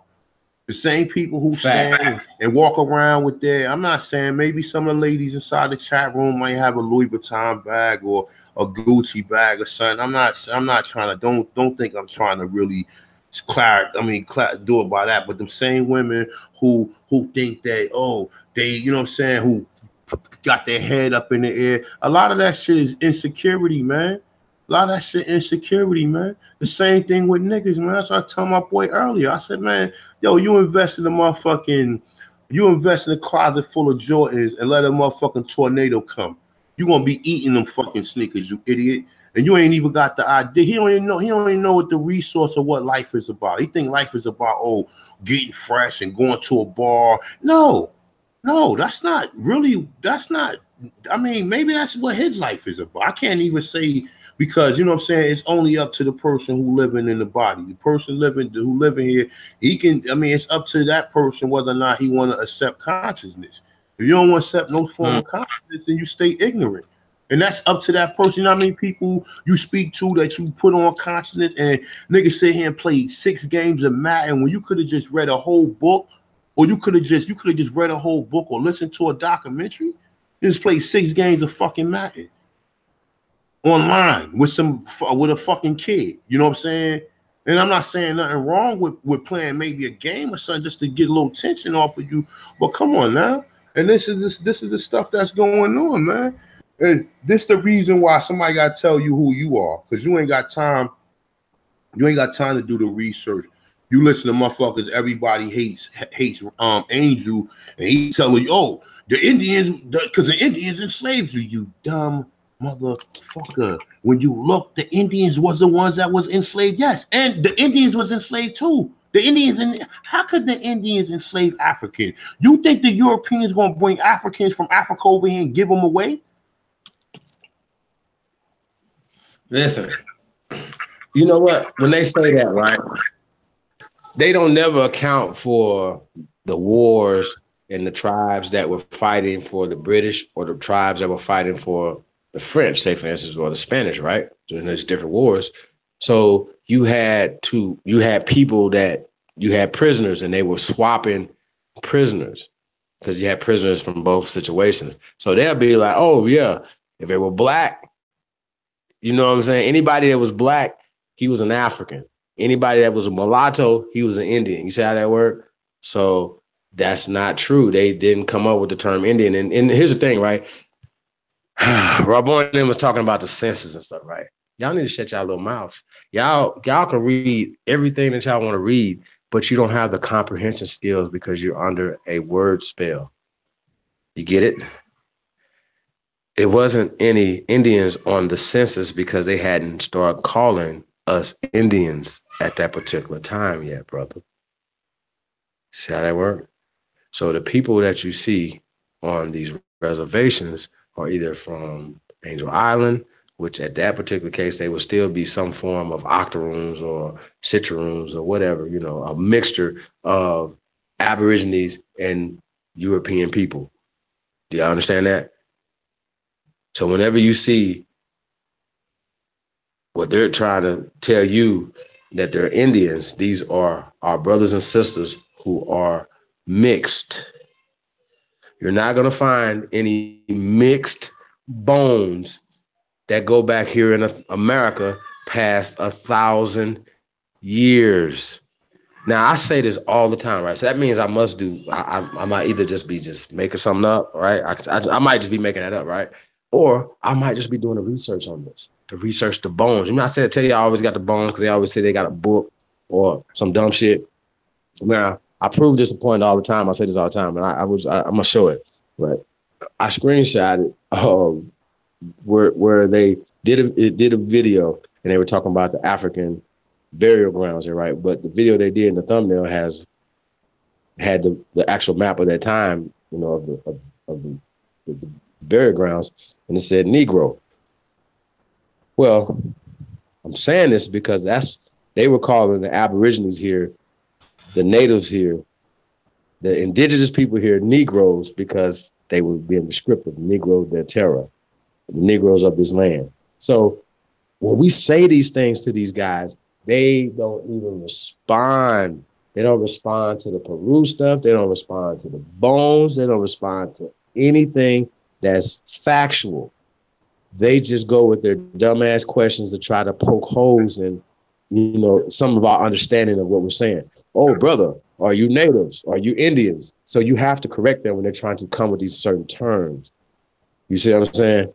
So that's all the majority of our problems, family, is words, is spells, is not knowing who and what the words, you know what I mean? Like, who's teaching you these, who's saying these words to you? What is their political agenda, right? So I didn't know that Dr. John Henry Clark's teacher was these guys, you know what I'm saying? I didn't know that they had Jewish benefactors and things of that nature. I didn't know that. So yeah, so I'm just saying, yeah. So yeah, so shout out to everybody that got Negro on their birth certificates, right? So, but when you're going back to trace your ancestors, I can guarantee you, your mom and grandparents, had something different on their birth certificates because they were changing, they were reclassifying us every year as a part of not only disorienting us, but further pushing us away from knowing who we are on our land and disenfranchising us. So that's what they have been doing since 1681. Is disenfranchising the people that come here. So a lot of times when they tell y'all that they were sending people over here, or what, some of the times, they always talk about some of these indentured servants and people that came over like Anthony Johnson and stuff. Well, some of these people, a lot of these black people, the people of Europe were still black. I'm just saying black so people understand, or still copper, still brown, still maroons. But they'll say anybody that was on a boat was an African. He was on a boat, oh, he was African. You know what I mean? And they'll make you believe that all these terms, apply to us, like pirates apply to black people in the Caribbean islands, or Somalian pirates. Those are only pirates on the planet. That's craziness. Anybody that's doing any type of killing and stealing on the sea is a fucking pirate. It's not even a thing. It's an action. You know what I mean? So it's just more and more stuff that people say, oh, they the red man. Well, they didn't speak English, so what was they calling them? So when you go to that term, what were they calling the red man when they came here? You found he was still brown, or the root man. You know what I mean? Root, brown, the root man of this land. So it's just too much dumb shit, man, for these guys to say this. Oh, and Professor Smalls, man, this brother's gonna say. He's gonna say. Now, here's the thing. This is why I talk about when we talk about contradiction, right? He's gonna say that that they had the same type of things over here in our temples when we talk about the open of the mouth ceremony, right? Well, here's the thing, Professor. They're older here, so they were done here first. They were depicted here first. That means they were doing the open mouth ceremony here in the Americas before they were doing them in Kemet or even in Sudan. And it's interesting to me how y'all just stopped in the Sudan because y'all don't want to go. I mean, up in Kemet because y'all don't go down there in Southern Africa where the Nubians is at, where the actual. Where we were taught where it actually came from first and went up the Nile River. You see what I'm saying? Mm-hmm. So nobody taught us that it came from America. So when are y'all going to talk about that? Jabari, Wu Jiao, you experts in meta nature. Well, you guys, we got that over here and it's older. So y'all going to have to answer to that. Yeah. Why is there no pyramids in West or South Africa? Why? Because I'm thinking that, big bro, I'm telling you, man, I'm thinking that life originated in that area over there. I don't think life originated in Africa, bro. I don't. Because there's pyramids in Romania that's old as fuck. Like, really, like, look at the pyramids in Romania. Now they start, like I said, they got a book called Icons. You look up the icons of the Russian icons, and they all black with afros. And then, like I said, man, you gotta study the world, man. See, people, because we study this shit, we get stuck on this or whatever. I want to know a little bit more than that. I want to know, okay, you know what I'm saying? I'm pretty clear on some things at this point in time because of me bouncing around and studying different doctrines and studying different things. You know what I'm saying? And Peter Moon book. Peter Moon talks about he talks about Romania or whatever. Now remember, these Europeans, but if once you understand that Europe only became black within the last since the 1800s, you understand and you start understanding that most of the people over there was black already. That's the reason why there's pyramids in Europe and all up in Russia and everywhere, because black people was all through there. But it's so funny that you don't find none in South Africa or in West Africa. It's just so funny. Matter of fact, and if you really want to get technical, if you include the Sudan, okay, most people don't even include Egypt as Africa, even though that we know that all that shit is connected. Europe, Asia, India, and Africa is all on the same fucking plate or whatever. We know that. You understand? But like I said, man, and then understand this too, Rob Bourne, okay? Since he want to look at the census and think he can understand the census, right? What the Europeans said when they first got here, their idea, what their plan was to colonize you. What did Columbus say? Oh, we can colonize them and get them to wear our clothes and work for us. Now we know that was the Spanish and the Portuguese. That was their ways of doing things. We know that the English didn't adapt the entire ways of the Spaniard, but they did because they wanted the land. So they had kind of worse. They wanted the land, so they wasn't planning on leaving. So that means that they had to this. And to remember what the word deport means. The word deport means behave. I found that to be real funny that the etymology of the word deportation is behave. Okay? That's why they call motherfuckers, that's why the word called hostage. Because hostiles. Okay, hostage. That's where the word hostage came from. The word hostage came from because of the word hostile. So, you know, like I said, it's a lot to it though, but they understand that they wanted to colonize you. When they tell you, they say most of the Native Americans, or this is what they say, most of the Native Americans got the last name Lyons, Jones, Jacksons, Evans, Williams, etc., etc. Who are they talking about? They're not talking about the white people they're not talking about the white people with them names.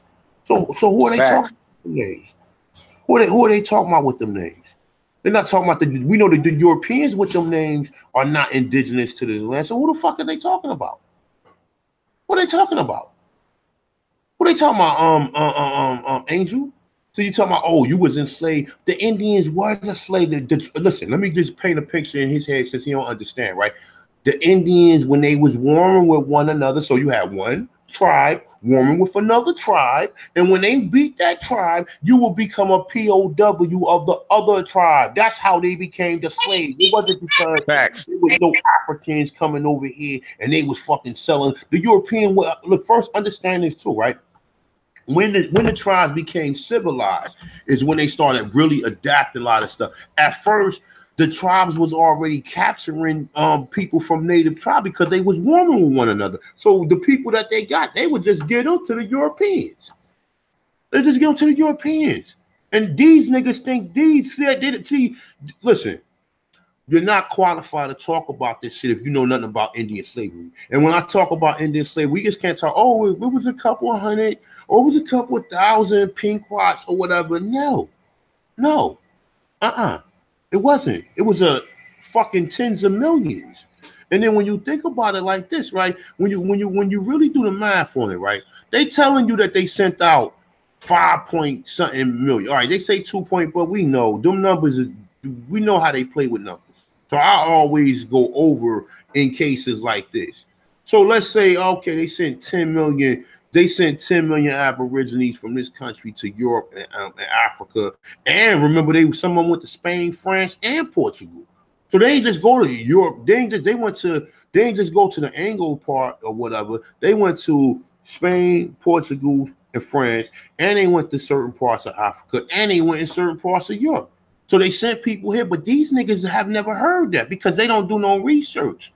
This nigga, the sixth grade, fucking history for dummies or histories for retards or whatever videos that he putting out there or whatever. You don't know nothing because you think the word slave is an African when the word slave really doesn't even apply to an African or Aborigine. The word slave applies to the Slavic people.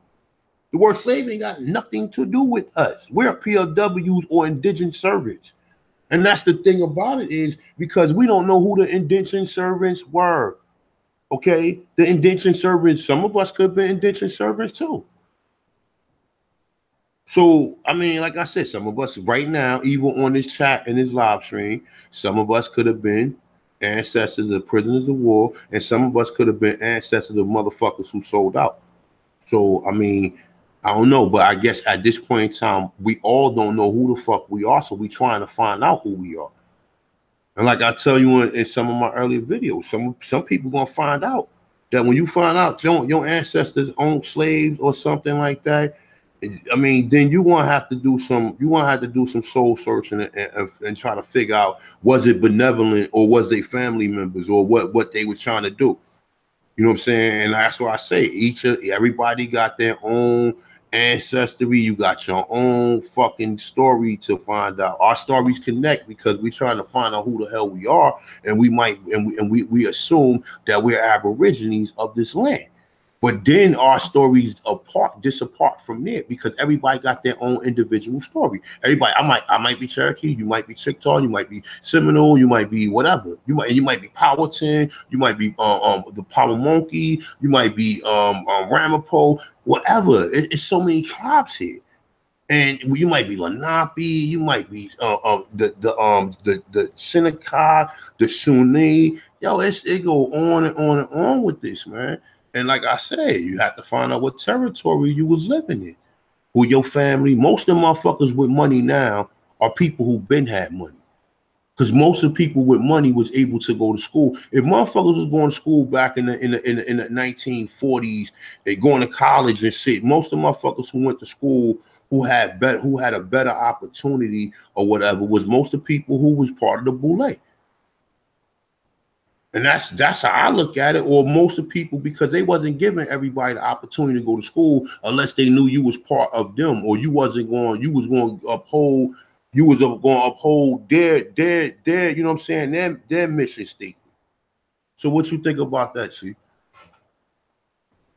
And that nigga Rob Boyle don't know what the hell he talking about. He looked at naive as hell up there talking. Him and Professor. Every time I had mad respect for Professor James Small, but every time he opened his mouth, it's like he lying and shit now. Now he's just making shit up. First he went from, oh, we was here for 200,000 years. So all right, so if we was here 200,000 years, what was the oldest human bone? All right, 300,000 years. So of the 300,000 years in which human was walking, we was on this continent for 200,000 years. Okay, then you said you went to Mars. Oh, but then was African Mars because you found this is the fucking, like I said, man. This shit is funny as hell, man. First, all right, we was over here pre-Columbian. Then but the majority of us came over here on a slave ship. So you mean tell me a region dispopulated with fruits, water, fucking fish everywhere, all this beautiful stuff or whatever, wasn't nobody here. Wasn't no motherfucker just came here and said, oh man, let's go back home. Go ahead, Chief, man. I can't, this shit is hilarious, man. I mean, bro, at this point, like I said, it's no more debating whether or not we was here, because we all concede that. They all say, yeah, we was here, but we mutated because we were here so long. And then when you ask them these questions, they don't have a date for you. They don't have no times. They got fake DNA tests and all these other things that they're putting their hat on, right? And then you ask them a simple question, right? Some answer, some don't, because I already know the answer to the question when I ask you the question. Do you have indigenous heritage, indigenous ancestors? Most of them that'll be smart will say, yeah, sure I do. Okay, well then that means that you are tied to this land, brother. You see how that work? Why would you try to look all the way across the water, you know what I'm saying, and base your whole story and your family heritage on Kunta Kinte? I just think that's crazy. It's bananas. Yup. And you set your ancestors up. You set your ancestors up. Man, like I said, you don't get that power. Yeah. You don't get that power, you know what I'm saying, that you have to tap into on your land that you own, man. But remember, disrespecting them ancestors. Chief, remember, though, he's married to a Kenyan, which is nothing wrong with that. Nothing wrong with that. I mean, if a brother decide, I'm not telling nobody to, but, you know, to each his own. I'm saying, I don't know. Would you rather do that or marry a white girl? I don't know. But this nigga, because he's so in love with the culture over there, he like, oh man, I ain't never seen as many black people with this culture and shit. And that's how lost we are. We're so lost that we like, remember how Tiffany Haddock asked Meryl Streep to be her mother? Said, could you be my mother? Oh, I looked at her like, this bitch is crazy. I would never watch nothing you make.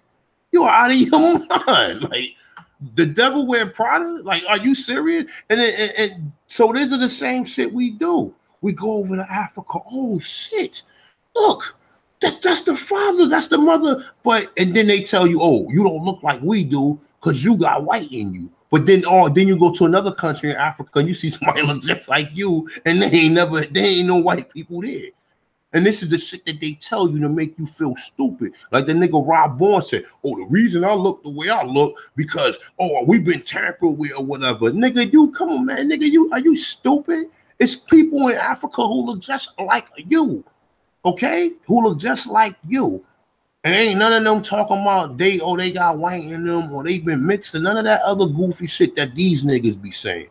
You understand what I'm saying? And then, like I said, man, it's just a lot, and these niggas need to stop because they keep asking these niggas questions. Oh, what do you think about the Aborigines? And then get a mic to Professor James Small, and then he keep contradicting himself every time he open his mouth. But the mitigator factor is put us all back in Africa, and let me just put you on something too, right? My uncle, right? Check this out. My uncle, this nigga don't got no internet. He ain't got he got a TV, I believe. He ain't got no internet. He don't even got a smartphone. Okay?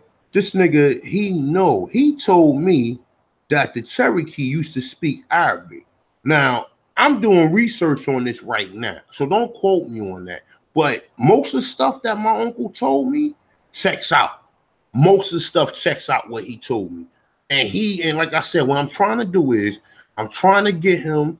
I'm gonna bring him to my house, and we're gonna sit here. We're gonna build, and I'm gonna record it, and I'm gonna put the shit on what's there. I'm gonna just let him talk and let y'all hear about what he's saying, because a lot of this shit I'm saying, when I started talking to him, because really the reason why like me and him be going at odds sometimes is because he Muslim.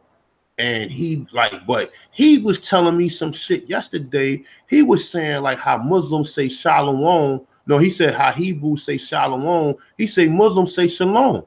Shalom, shalom. He says it's the same. He says the same thing. It's just that Hebrew was interpreted in a whole nother part of the region, which it was originally. This is what he was telling me. But like I said, when you read Algonquin, if you study Algonquin, you will see words that or letters that similar to Arabic.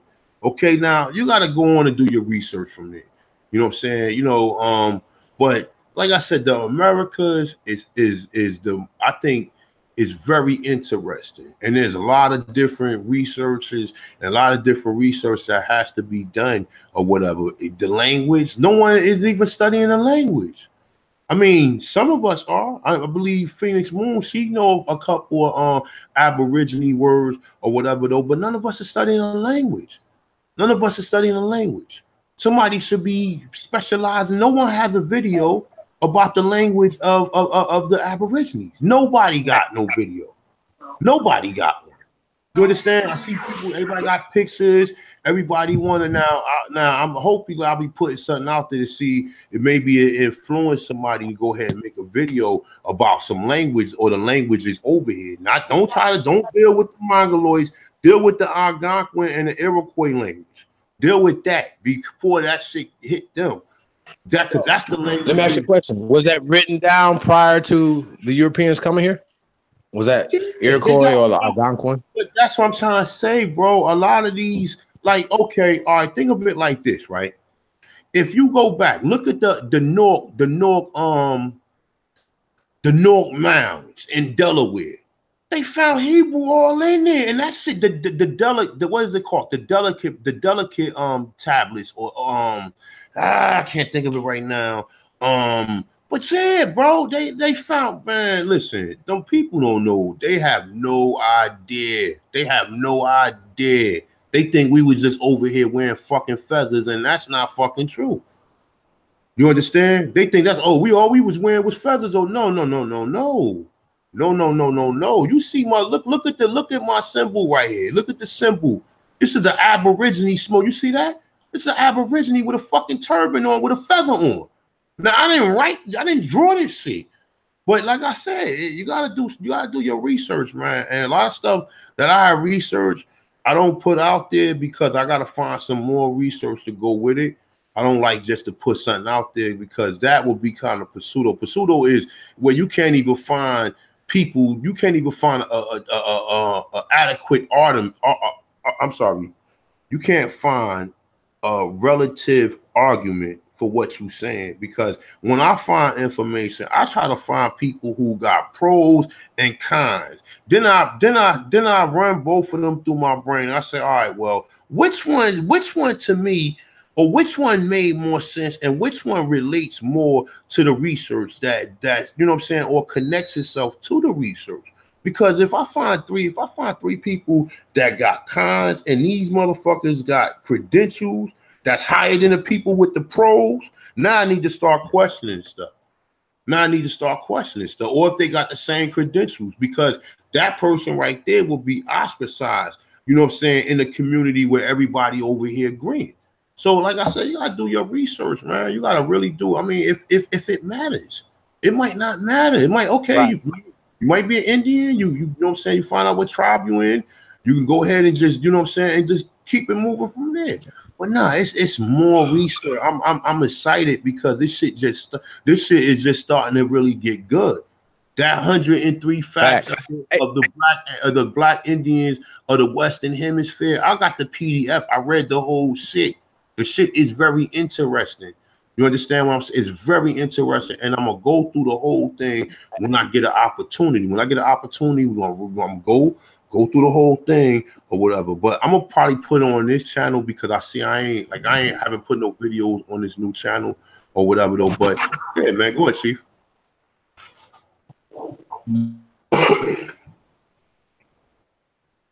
Yeah, I forgot what I was going to say. Here's the thing, man. We could go all day. We could talk till we blue in the face. You know what I'm saying? The point, the facts are, you know what I'm saying?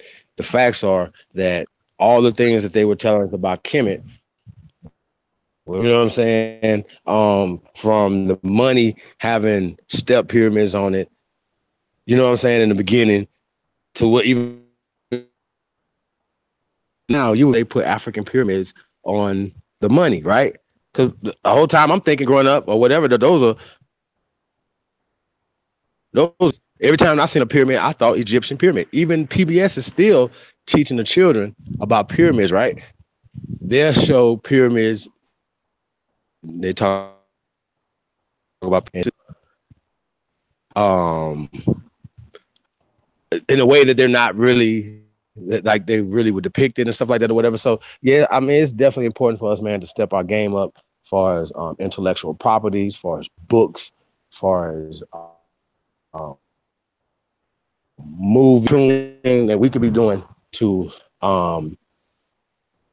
further this consciousness, this awakening, you know, of our people. You know what I'm saying? And like I said, you know, I'm not gonna be happy until we have.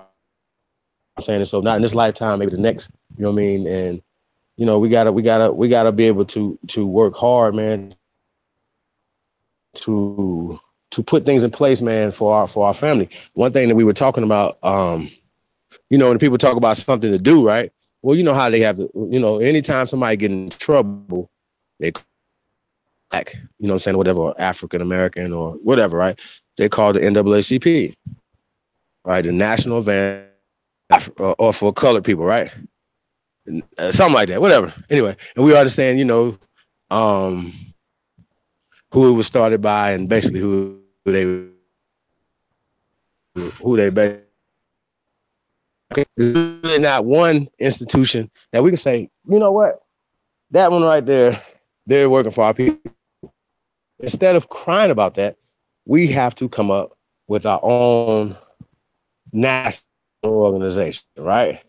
And the reason why I'm using NAACP as an example, okay, we know that these people came up with this organization, and what's stopping us from coming up with an organization supposed to work specifically for the American Aborigines, and then obviously extend it out to any other Aborigines on the planet. But but specifically for American Aborigines, right?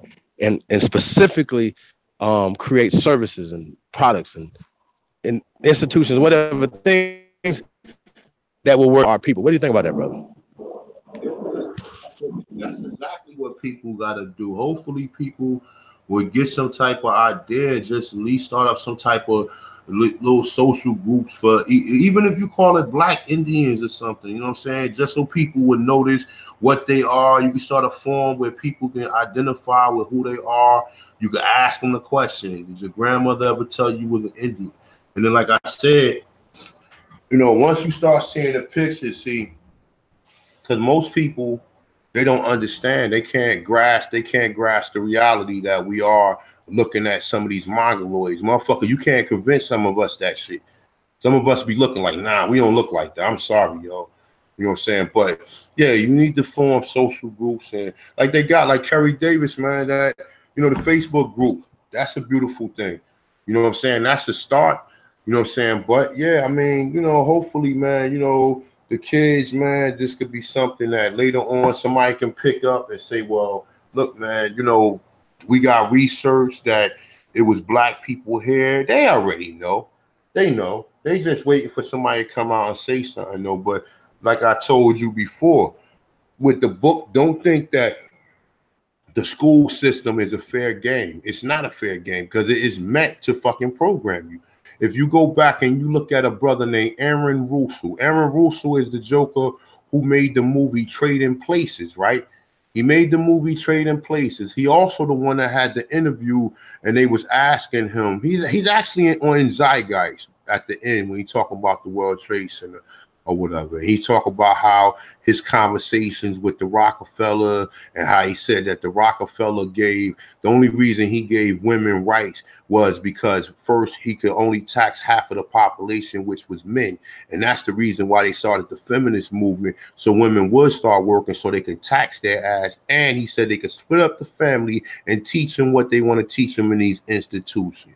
And I found that to be very interesting about the part where he said they could split up the family, because look at it. Most people, most of these women, I mean, think of it. If you're a career woman, most career women don't come home till about 7 o'clock at nighttime. So what children, what kind of life you gonna have with a child at 7 o'clock? You gonna step to 11 and you're gonna go to sleep and then wake up and do the shit all over again? You know what I'm saying? So think about how that is. And he was saying that how, okay, so now, you know, you work, you don't come home till about 6 o'clock. Your children stay in daycare till about 5. You know what I'm saying? And an equal exchange for that is more resources and more Fendi and more, you know, fucking Brazilian, you know, Brazilian joints. Or on a nigga exchange, it's bragging or going to a strip club or more alcohol or more Jordans or more video games or more whatever the person like to do. But this is what goes on. You know what I'm saying? You work all day. What time do you got to spend with your children? And they break them up and they teach them. So the school thing is done on that by design. It ain't no fucking conspiracy that they teach what they teaching you in school. It's like that. It's like that by design. It's like that by design. So the same way that when Jewish kids come home from school, their parents pull them aside, and then they learn about their culture. The same way Negroes gonna have to start doing it. But our culture is only roots, the civil rights movement, and fast forward to now. And that's the only thing we show each other of our culture. You understand what I'm saying? And like I said, they won't show you. And let me just make another point, right? One more point, right? Like for example, right? There was a lady I was watching Cynthia G's show, right? And she had a video stating that there was a black lady in the South, right? And she was saying some things to the kids about like the stuff that they was doing, about how they was hanging us and all this stuff, right? So one of the 6th graders started recording the black lady because she was teaching about history and she was correct. But anytime you make these motherfuckers feel guilty about something, they don't like it. And that's the fucked up thing, because they haven't got over what they've done. And that means anytime you're ashamed of something, that means that, and if they're not ashamed of it, they own up to it like they proud about it. You understand what I'm saying? And when the lady was saying what she was saying to the students, little fucking Cuban girl recorded, little white Cuban girl recorded or whatever, because they on code. They on code too. This, you can't be talking about this great country couldn't have done this to nobody. This is the country that let me come here and give me all this and give me that tablet I got at home and let me go to Disney movies every week and let me and my mother go to Costco's and she go here and she go there, and this is what goes on in their mind. They can't fathom that this shit ever existed or this shit ever happened. That's the reason why they never want to bring out history. But fuck that. You got enough people. Like you said, the Young Turks, they were showing the lynchings. They were showing that. And like I said, if anybody, how could any human being hang somebody and watch? How could somebody do that? How could anybody fucking do that and then sit there and talk about, oh, we're this or we're that? Nah, motherfucker, you need to own up for what you did in history and look at the history and just come clean about it. Instead of keep hiding the history and keep telling people lies and people find out or what's going on. Nah, just tell a history so we can move on, so we can fucking heal. Because if they keep on bringing shit out, that shit, like, you know, like you ever seen a movie, you ever seen a book for Sanctuaries where they show you all the slaves and then they tell you the stories about how the boy was hung for a loaf of bread in which he worked for, and the motherfucker didn't pay him, and he hung his mother and hung him off a fucking bridge. Oh, we yeah. Oh, speaking of that, you supposed to forget that. Nah, this is what they say: make America great again. Don't forget that.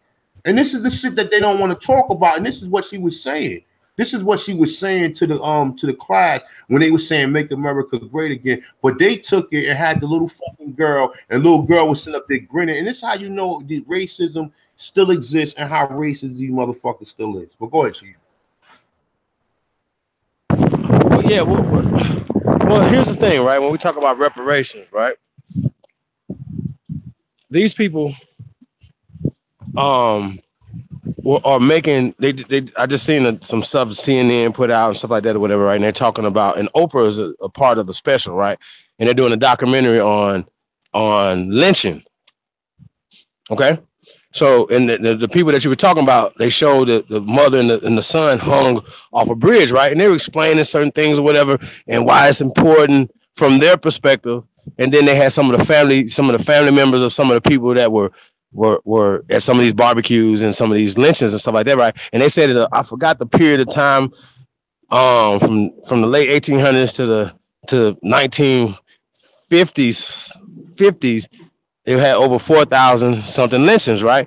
You know what I mean? Or close to 4,000, it's like 3,900 something lynchings, right? Okay, so and shout out to the Sync over at Young Turks, because they did a special on it too, and they were talking about the stuff, whatever. And he was the only one, because CNN never called it terrorism, right? The terrorism that these foreigners was coming to this land and was putting on the Aboriginal people of this land, right?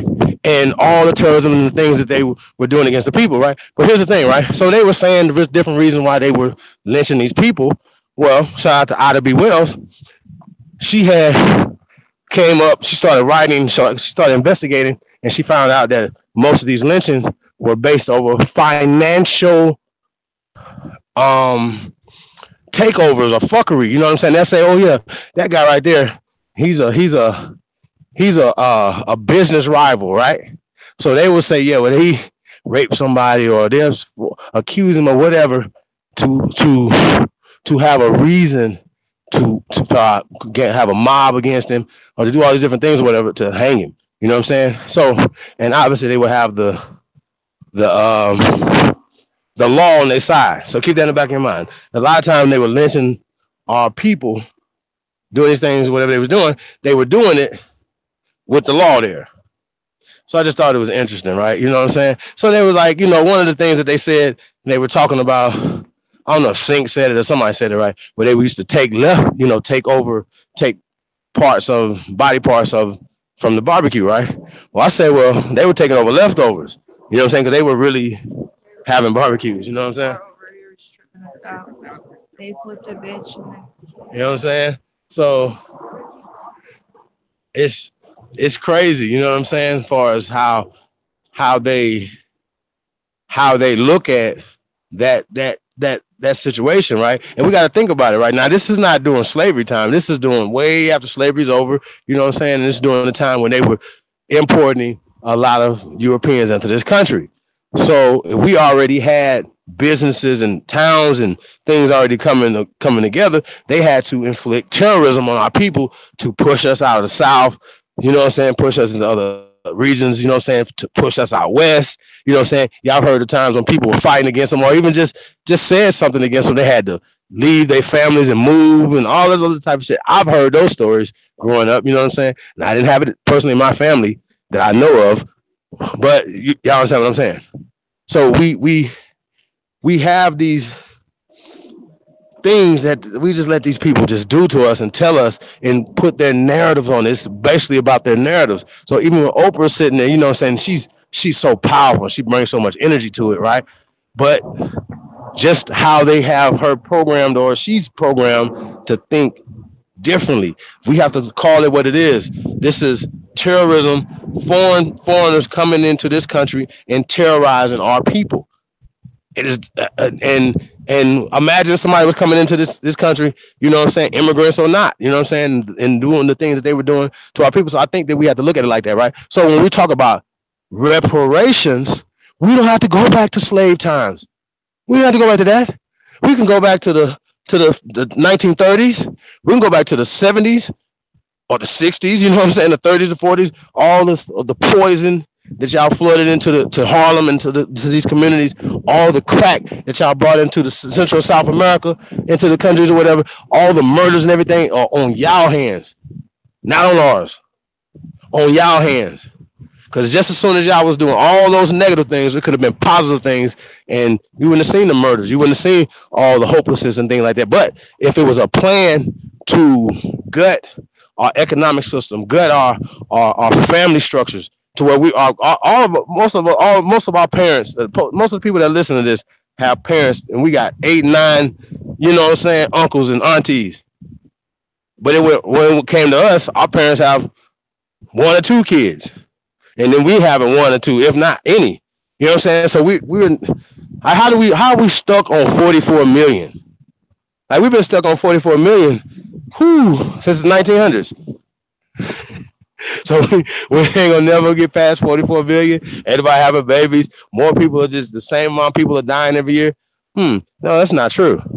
So they're the only population that's going up. Well, I thought they had negative birth rate.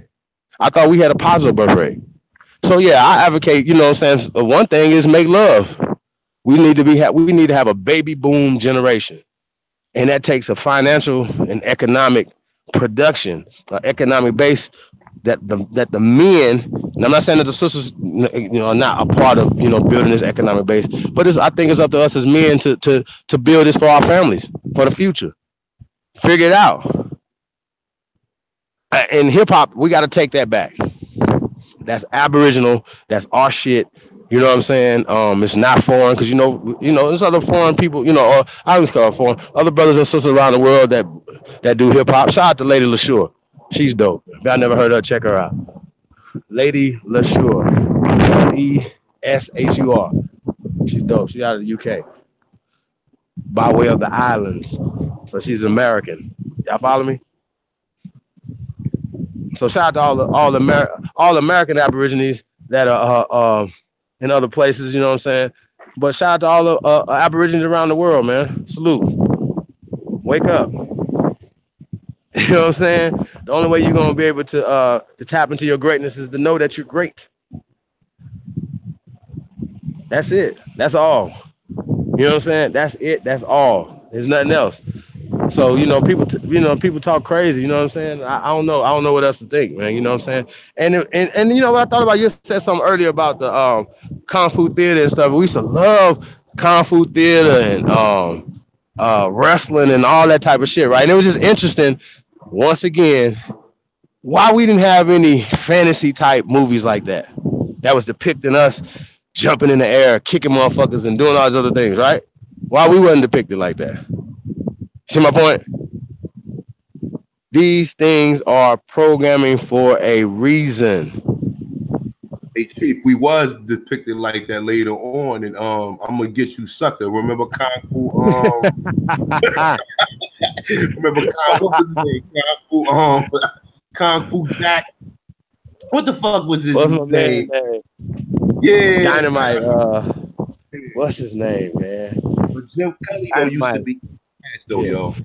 Michael John White playing him. Somebody put that in the thing. That's my dude too. Shit. Not Shaft. Hey man, and I'm gonna say this too, man. Those black exploitation films fucked our people up, man. The Shaft, and the Max. Hey, shout out to my daddy, man.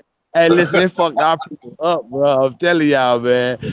Hey, my dad, you can't tell me my daddy is not Ron O'Neal. I'm trying to tell y'all, man.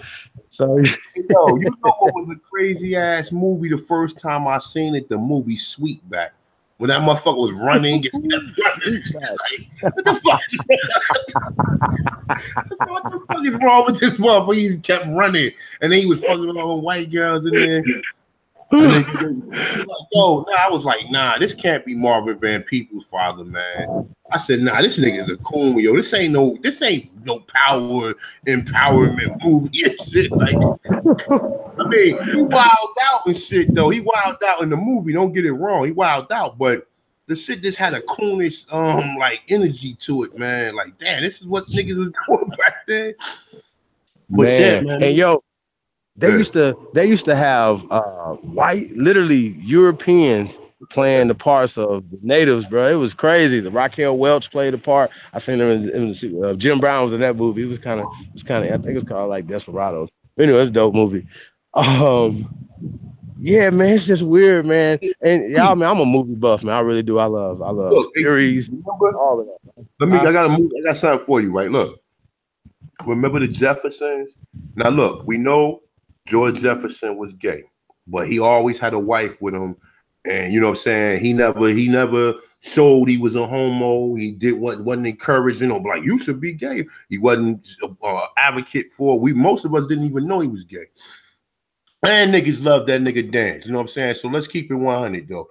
George Jefferson, when I was coming up, that shit was inspiring, man. It was inspiring. You know why? Because this nigga owned cleaners, bro. And this was in the 70s. This was in the 70s. I think Jefferson's came out like around like 79. And he was rich and he was ghetto. And he used to be talking motherfucker slamming doors or you honky.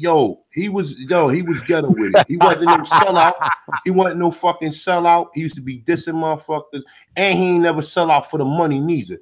Because if you ever watched, they used to be having them fundraisers, and then the Europeans used to always be trying to get him to do some snake shit. And then Weezy always talk about like, George, don't do it. Like, you know what I'm saying? And then the nigga, then he had some type of consciousness, or you know what I'm saying? And then he be like, nah, I ain't doing it. And then you know what I'm saying? But that was one of the realest shows that I could remember in my life. That was even more realer to me than the fucking Cosby Show.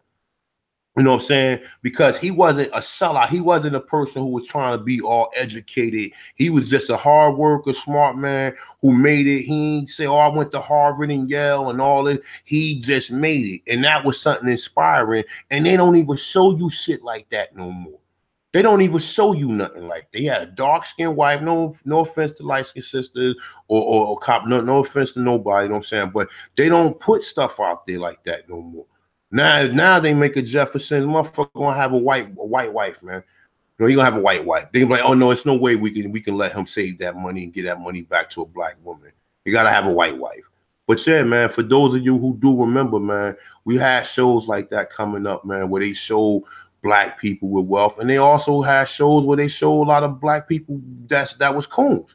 But I respected that. I just wanted to just mention that for anybody who in the chat who have never seen it, but that was something that was empowering, and that was in the 70s, man. You know what I'm saying? And he had a good image, And like I said, he wasn't a sellout. He used to be dissing the shit out. I'm like, he called motherfucker honky quick as hell, yo. Word is bond, slam the door in their face or whatever. Like, you know what I'm saying? They was letting this shit go on TV. Jefferson's had to be on TV for at least like 8 years. But yeah, see. I mean, and you know what's crazy? I mean, as little boys are watching that though, you know what I'm saying? Just I don't know. I guess you could say, was it pride or what? Well, I can't even think about it. You know what I'm saying? I can't even think because he came from Archie Bunker, and Archie Bunker was the opposite. He was a white racist and talk crazy to black people, so he was like the opposite of him. So I guess that was fair. You know what I'm saying? For them to come out with him. And I'm sure that white people like to hear that too, because the guys that he used to talk crazy to, the European guy, you know what I'm talking about? Not the one that was married to the sister. The other guy, he used to talk crazy, and he was just like, he just loved it. He just couldn't. They talking about the butler. Talking about the doorman. No, he wasn't the butler. He wasn't the butler. He was his name Ralph? The goofy dude that used to come in there and talk to him. He used to slam the door in his face and shit. Not the one that was married. Walk on his back all the time. Yeah. I can't think of his name right now. I know you're talking about. I forgot it. I think Ralph was the doorman. I forgot his name though, but yeah, I know exactly who you're talking about. But he had like a more British accent. Yeah, he was British. He was the British guy. He turned out to be cool or whatever. He was one of them more down to earth people on there though. You know what I'm saying? Like he used to always say what he had to say or whatever. He's one of the down to earth people, and that's why I say like shows was more realer. You have more authentic people back then than now. Now all this shit is just a straight illusion. Before you had some levels of authenticity, man, to where people was kind of authentic with their character. Now it's just, oh well, you give a person a script and they just go into a fucking trance or whatever they need to do to become that person or whatever. But yeah, we did have shows like that. I know that ain't got nothing to do with what we talking about, but definitely, if you ever seen the Jefferson, check it out, man. You know what I'm saying? Because, like I said, a lot of stuff back then was a lot more detailed. We had a lot more black shows back then. But you know, it is what it is, though. Yeah, man. Even Richard Pryor had I guess it was like a variety show, and they used to usually put a lot of social content in their skits, you know what I'm saying, and stuff like that or whatever.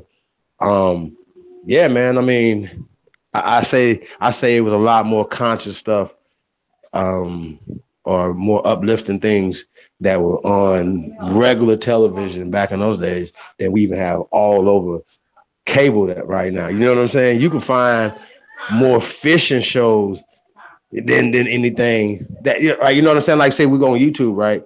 You can find content, right? You can't find nothing conscious on television or cable right now.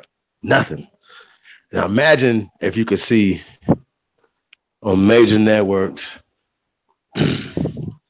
Aborigine consciousness or just consciousness in general. I think all consciousness is welcome. You know what I'm saying? And I'm only here for the truth. You follow me with that? And so that's what we're here for the truth and examining these laws and examining these treaties. And today's supposed to have been some hold on a second.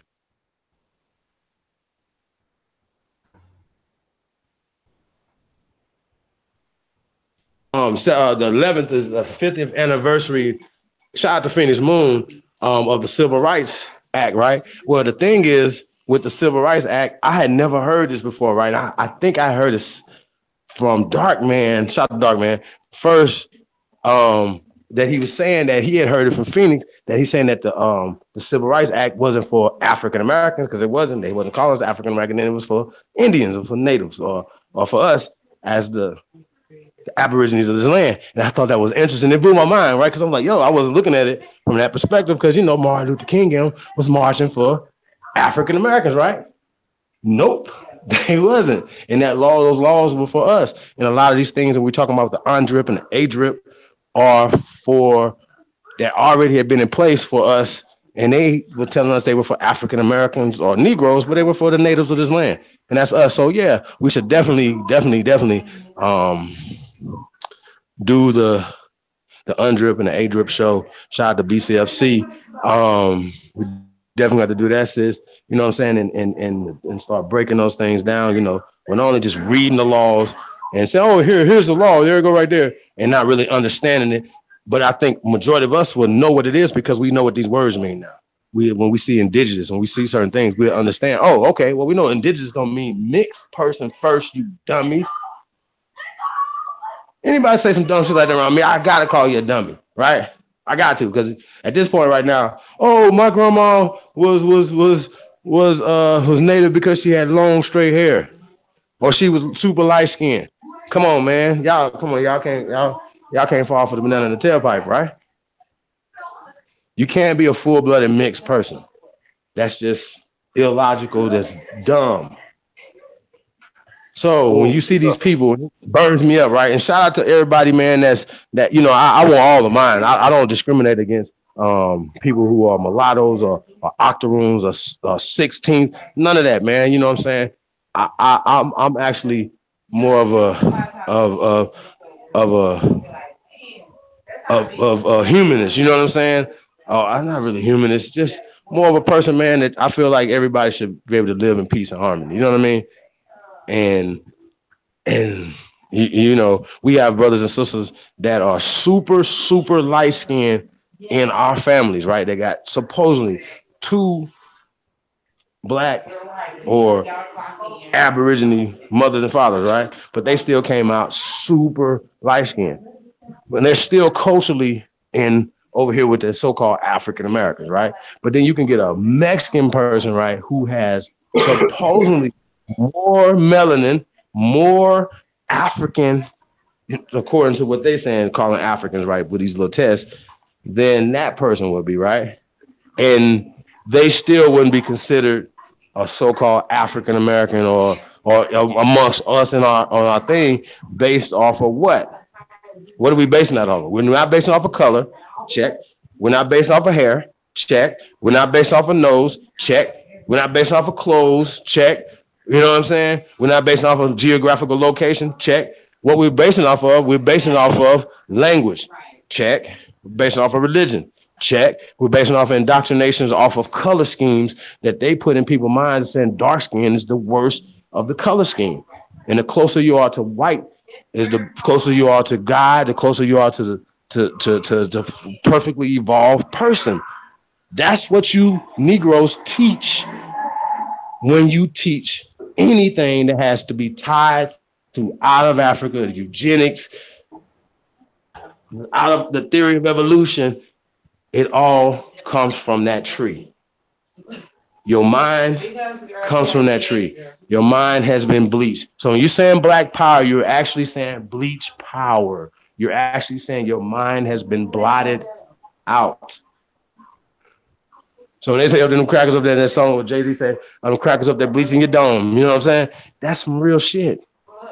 Your whole brain has been blacked out, redacted,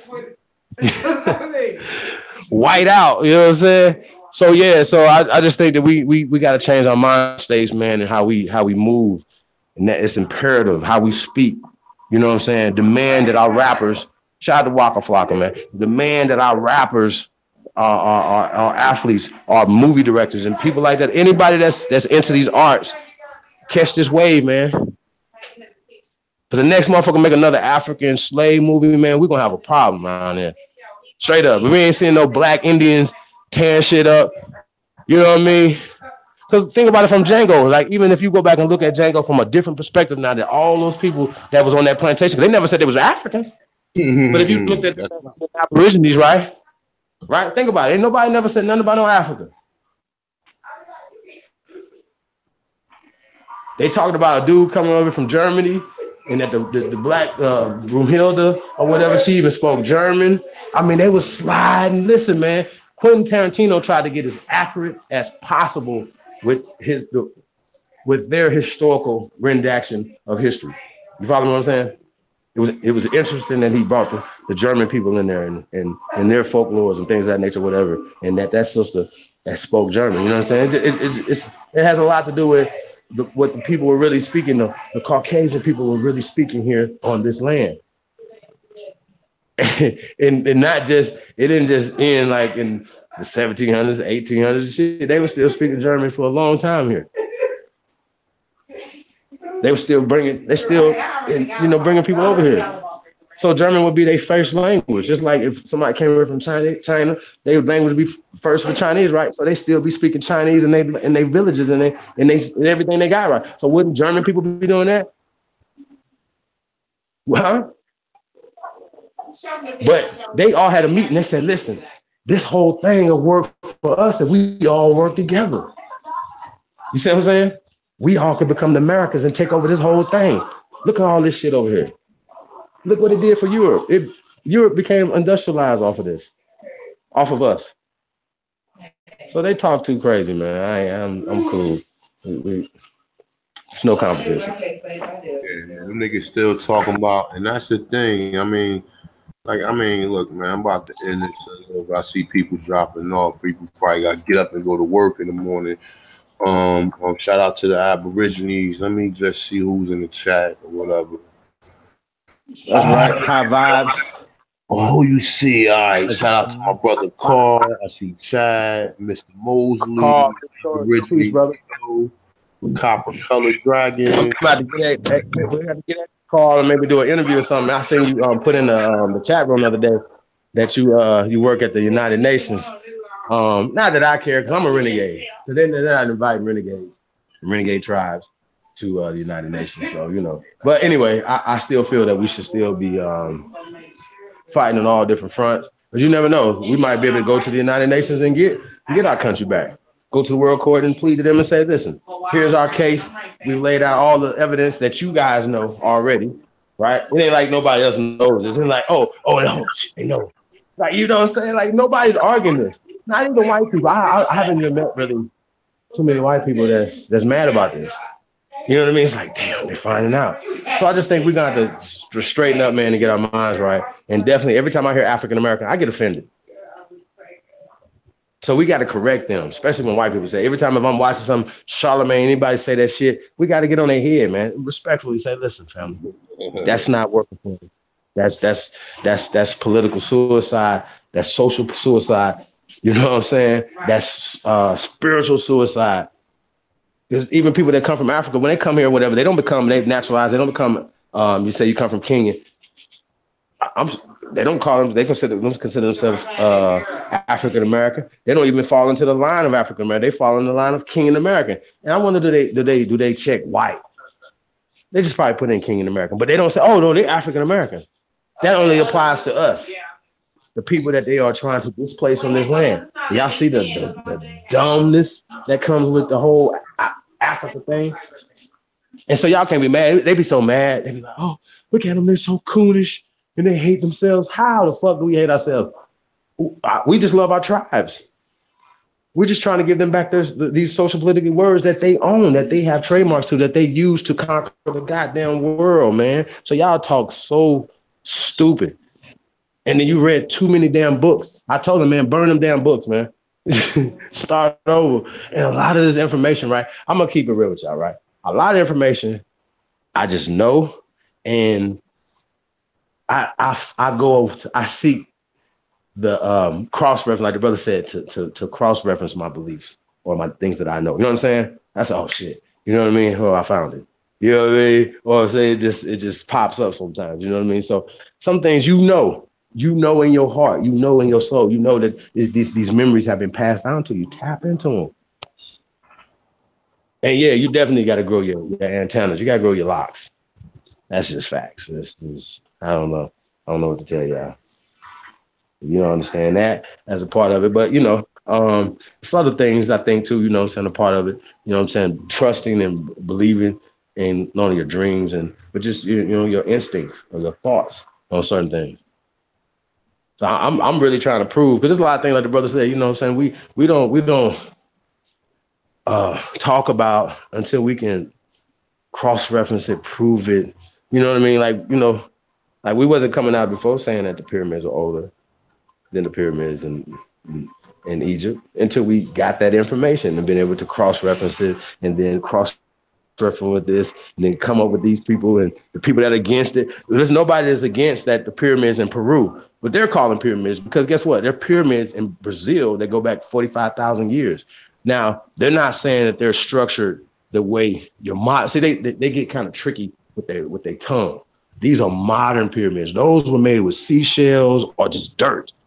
See how that worked?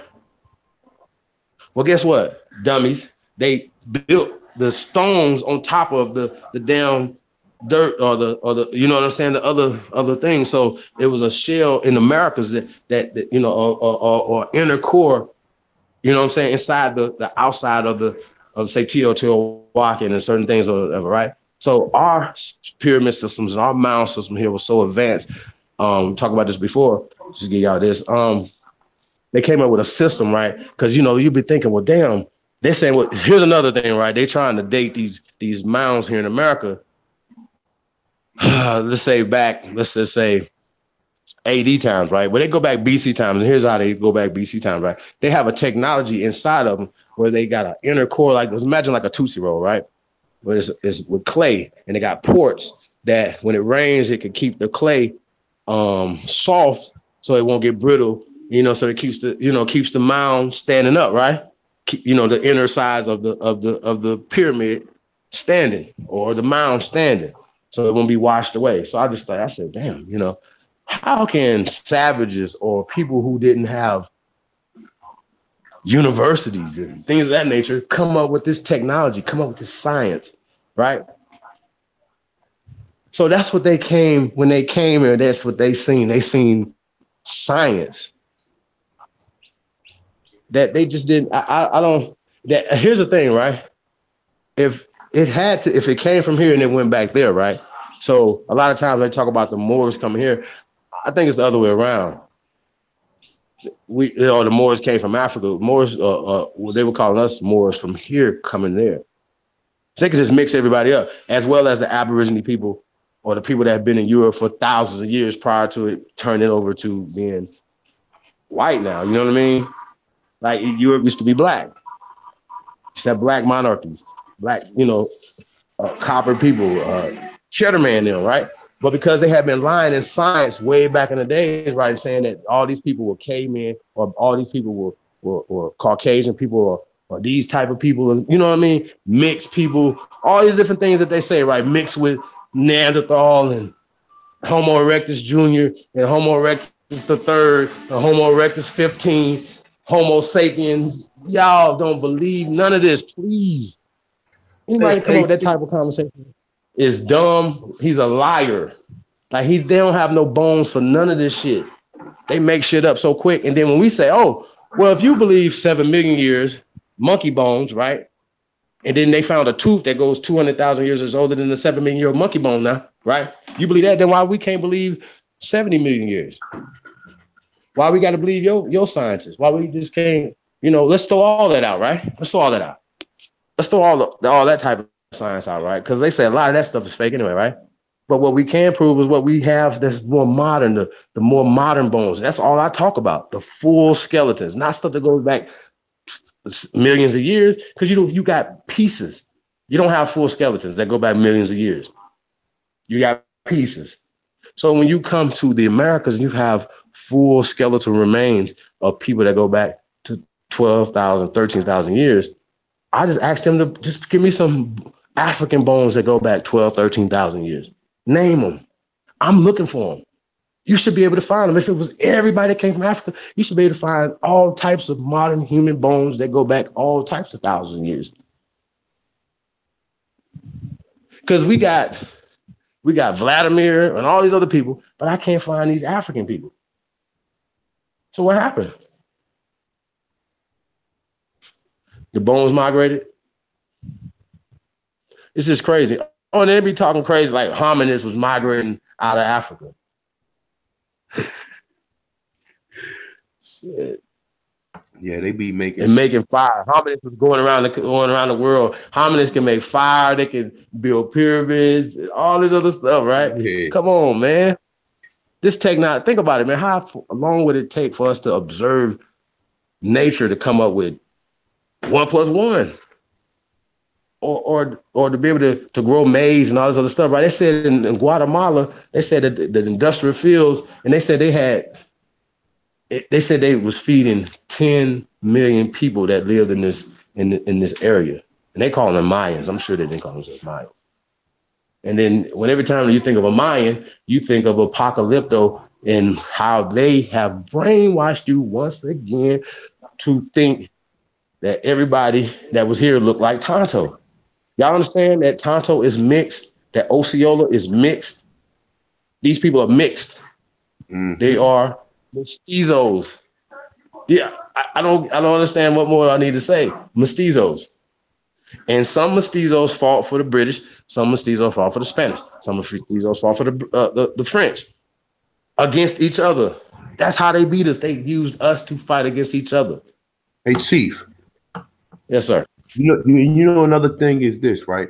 See, what they don't want you to know is that the original Europeans was black. And when they start showing you all them knights, when you start seeing them images of that knight walking up to the so-called Roman figure, and he looked like he got more authority, and he got a halo over his head, they show you a whole bunch of other motherfuckers in Europe with afros. None of these people. So that nigga, when they show you Cheddar Man is the figment of someone's imagination. That okay, they made him with a shag and shit. They made him with a shag. He probably had a fucking afro, because we see of the people of, because think of it like this, right? If Europe was in power, then if Europe was in power and there was all this racism everywhere, then how was these black people had authority? Either that they had authority already, because I don't see no way of them coming in and just taking over and they just bowing down to them like that, considering the way they are now. I consider that they somehow brought them there, because remember, they had slaves. So I believe that they somehow started inserting the Europeans into, or the Caucasus Asians, or what we consider them to be, into the societies in Europe. And then somehow, we see what happened now with the intermingling and all that, with the mulattoes, and they take over, and then they try to make it better for both sides. And then we got this. So it's definitely a lot to be to do the research. That's why I tell people, like, go back and do the research in England, because it'll give you an idea. Because if it was black people over there already, then that would kind of that would kind of understand. Because even when you see some of these images of the Aborigines being taken to Europe, they over there fucking celebrating us. They ain't lynching you over there and sitting doing what they doing to you over here. They celebrating you over there. But now, like I said, the system it's a system that was created, man. I don't think the system was originally the way it is now. And like I said, man, I've talked to people, and they told me most of the people in Europe is all right, man. It's not like they said certain parts is racism, like when my man got killed that in Greece, and certain parts of like England or whatever. He said, but for the most part over there, the people is not racist like you would think, like over here. You know what I'm saying? But yeah, man, definitely, man. It's a lot, man. It's definitely a lot. And I believe that, like I said, the whole world was black prior to the 1700s. And they just try to cover the shit up. This is when Darwin came up with his fucking theory and started saying, well, all people came, all these, even though he was seeing black people in Europe and black people in all these other countries, the immediate story will say, all right, well, they all came from there. And then, so, all right, but they were still indigenous there before the Europeans. So, like I said, man, it goes on, man. I don't want to, we're going to do part 2 of this on Sunday. Definitely appreciate everybody staying up, coming through. Definitely, you can share it so I can get my subscriptions. I don't even care about the subscriptions, really. Disregard that shit. But definitely, I definitely appreciate the people, appreciate the listeners, followers, or the subscribers, because ain't nobody no follower. People just want to just learn. And I'm just a vessel to where I was able to do some research and just be able to present it. Still learning. like Dr. Nelly Fuller always say. And you know what I'm saying? Like I said, you gotta humble yourself, especially when it comes to this information, man. Because if people sit up here reading 4 or 5 books and able to sit here and recite it, man, you gotta definitely give that person some credit because a lot of the people who was doing documentaries and research back in the 80s and the 90s or whatever, even some of the ones who was talking to the African studies and all that, man, you gotta still give them credit because they still made an attempt to do some research and try to educate themselves. No matter if the information wasn't available to them, what we got now is a totally different story, though. But that's why I don't. That's why I really. I don't know whether or not I know for sure. Dr. Ben knew it was black people, and I'm quite sure John Henry Clark had to know too. I'm quite sure these conversations came through because when Van Sertima was telling you it was already black people here, that they just didn't want to elaborate that we was in North America too, and that's the thing. What a lot of people just try to allude. They don't want to talk about. Oh, well, hold up. If the Olmecs was black, hold up. So what about North America? Because I find it ironic that okay, it was black people in Mexico, but it wasn't none in North America. Really? I find that to be real ironic, and then none of them is raising that point. But like I said, when I show you the clip with Dr. Ben and the other brother, I forgot his name, but the one I was saying that when Professor George Simmons. who Professor George Simmons. yeah, all right, Simmons. When he said that Columbus seen men, what did he say, Chief? Well, they said that Columbus had talked to some, I guess, at this particular time, some Mongoloids that told them that they had seen some, I guess, black men with gold tipped spears and these things or whatever, right? No. First, like I said, all these are just stories. The people here were already black, you know what I'm saying, or copper color, or whatever the case may be. Now, obviously, Cristobal Colon them started creating new people and things like that as soon as they came here. That's a part of war. You know what I'm saying? So, or let's just say the conquistadors or whatever, right? But a lot of those people were still black or mulattoes. So they were, you know what I'm saying, coming here or whatever as invaders prior to that anyway. You know what I'm saying? I don't even think it's invaders, man. I think it's more so it's a whole different thing, man. You know what I'm saying? Because I can't see nowhere in history where even the Moors went around the world conquering people. Like, you know what I'm saying? Like, I don't see that. I don't see them doing that. Well, until obviously they started working for the Queen or the Vatican or the Knights of Malta. You know what I'm saying? So I didn't see that until prior to that ancient times. You know what I'm saying? Where we were going around the world or going around America, for instance, saying, okay, we're going to conquer this tribe over here, conquer this tribe over here. I don't know if we had, or maybe it did happen. They're just not talking about it. You know what I'm saying? Which could be true because we don't picture ourselves as conquerors. You know what I mean? We talk about Hannibal, right? But it's like, even though he did one of the according to them, had one of the greatest military victories in the history of warfare, you know what I mean? And they're still talking about it today, but still in all, they still don't, big him up like that. You know what I'm saying? And then, they always still, they still portray the Romans as being white people, and I think that's crazy. Like literally, like you can go over there and see all the statues in places that ruins, and the statues are new. You know what I mean? Like, wait a minute, they just created this statue. You know what I'm saying? So what happened to the original statue? Well, they burned down or whatever. So we made this up, just like dinosaurs. They create fantasies for your mind. So it don't matter what you know, it's what your mind can associate with. You know what I'm saying? Now that changes the complexion of everything. People are like, wait a minute, what are you talking about? Yeah. These people were not European like that.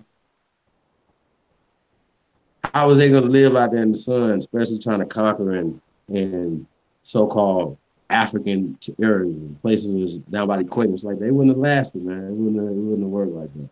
Hey, Chief, let me ask you a question, Chief. Yeah. You know anything about the Minoans? How you spell that? The Minoans. I can't. I mean, I'm a terrible speller, but you can look it up. The Minoans was a people. If I'm not, that was a people after because I had a I'm just thinking about it now. I had a basic history class in college, and like I had an older teacher, and I used to always she was the one telling me that Africanus, the name Africa was already there. And I used to always be telling her, nah, it wasn't. It wasn't there. That, you know, me and her just had a couple of things, but she was a good teacher though. But she was going in about the Minoans and, you know, about Gilgamesh and all that shit. That's pretty much same story as Noah or whatever with the flood or whatever, same symbology. But nonetheless though, she was talking about the Minoans. Right now, the funny shit about this is, right, in my book, in my history book, right, they had some of the Minoans, right. They had them with dreadlocks and they was black, right? Then some of them you would see that they was fading them out. And I'm like, oh shit. Like, in that first, I didn't really even catch on to it because until I started looking through the book, and I'm like, hold up, man. I'm like, the fucking Minoans black, but the Minoans is supposed to have been the Greeks. And like you said, the Greeks and the Romans was black. This is facts. You understand? This is straight fact. These they was black, even though, you know, you can't pretty much prove it. But if you know history and you see history, just like she said, they got these brand new statues that's brand new, white and shit like that. You know damn well ain't no statues gonna be looking unblemished or some things that's older, because I believe that I forgot how far the Roman Empire go back to. But I mean, it should date like a couple thousand years at the minimum, you know what I'm saying? But nonetheless though, yeah, the Greeks and the Romans is black. And that's the thing. When you change history and you realize that wasn't none of these people that they showing you was fucking white. All these people that they were showing you was black people, was melanated people, man. And that's how the whole world was prior to the whitewashing of everything. You know, if they whitewashed the Indians and they whitewashed the Egyptians, they whitewashed everybody. And then, like you said, with the Papalito or whatever, they try to make it seem like this is how them people look, even though when we clearly look on the I forgot what's the name of the when they show you the Mayans, when they show you in the temple, because you know what they said? They said they went to Arizona to get that blue dye to paint the temples with.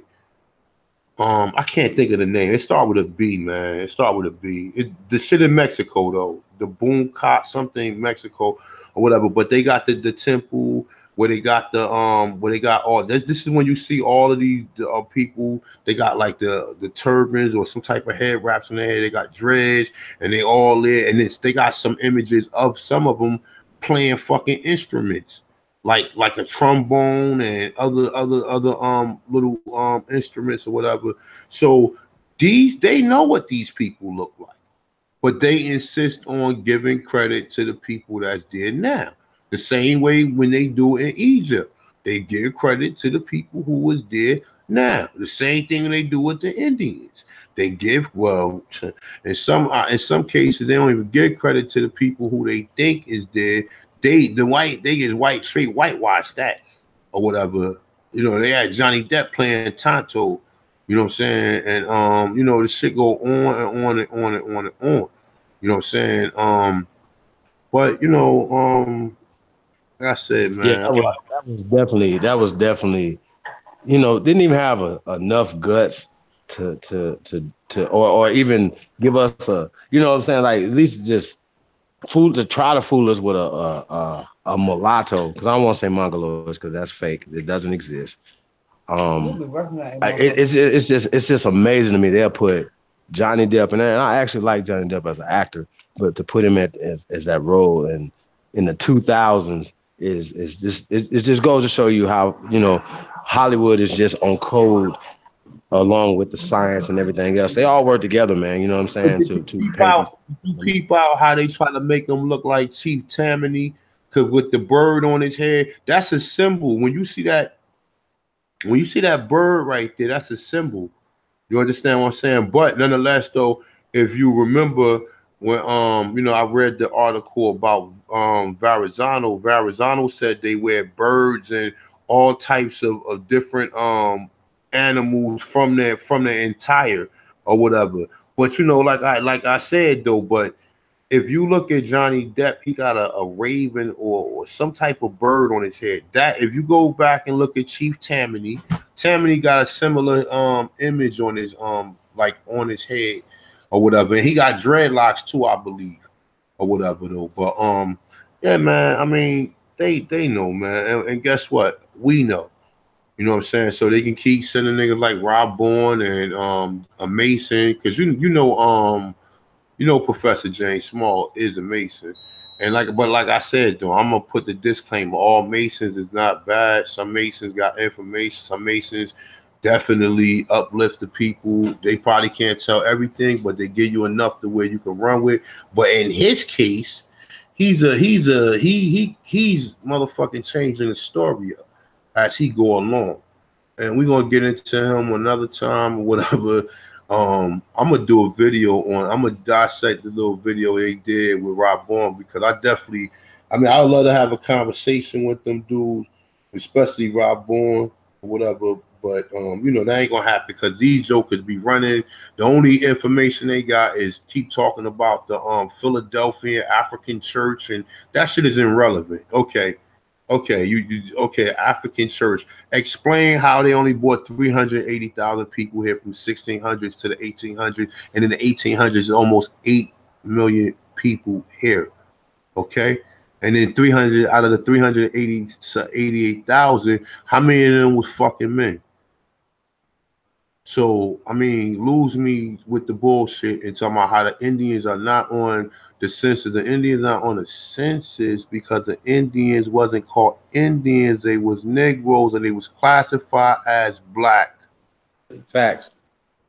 So with that being said, I'm the Tanchanist one, but one and only a Tanchanist one. There are other Tanchans, but there's only one Tanchanist one. But you are the Tanchanist people of the Americas.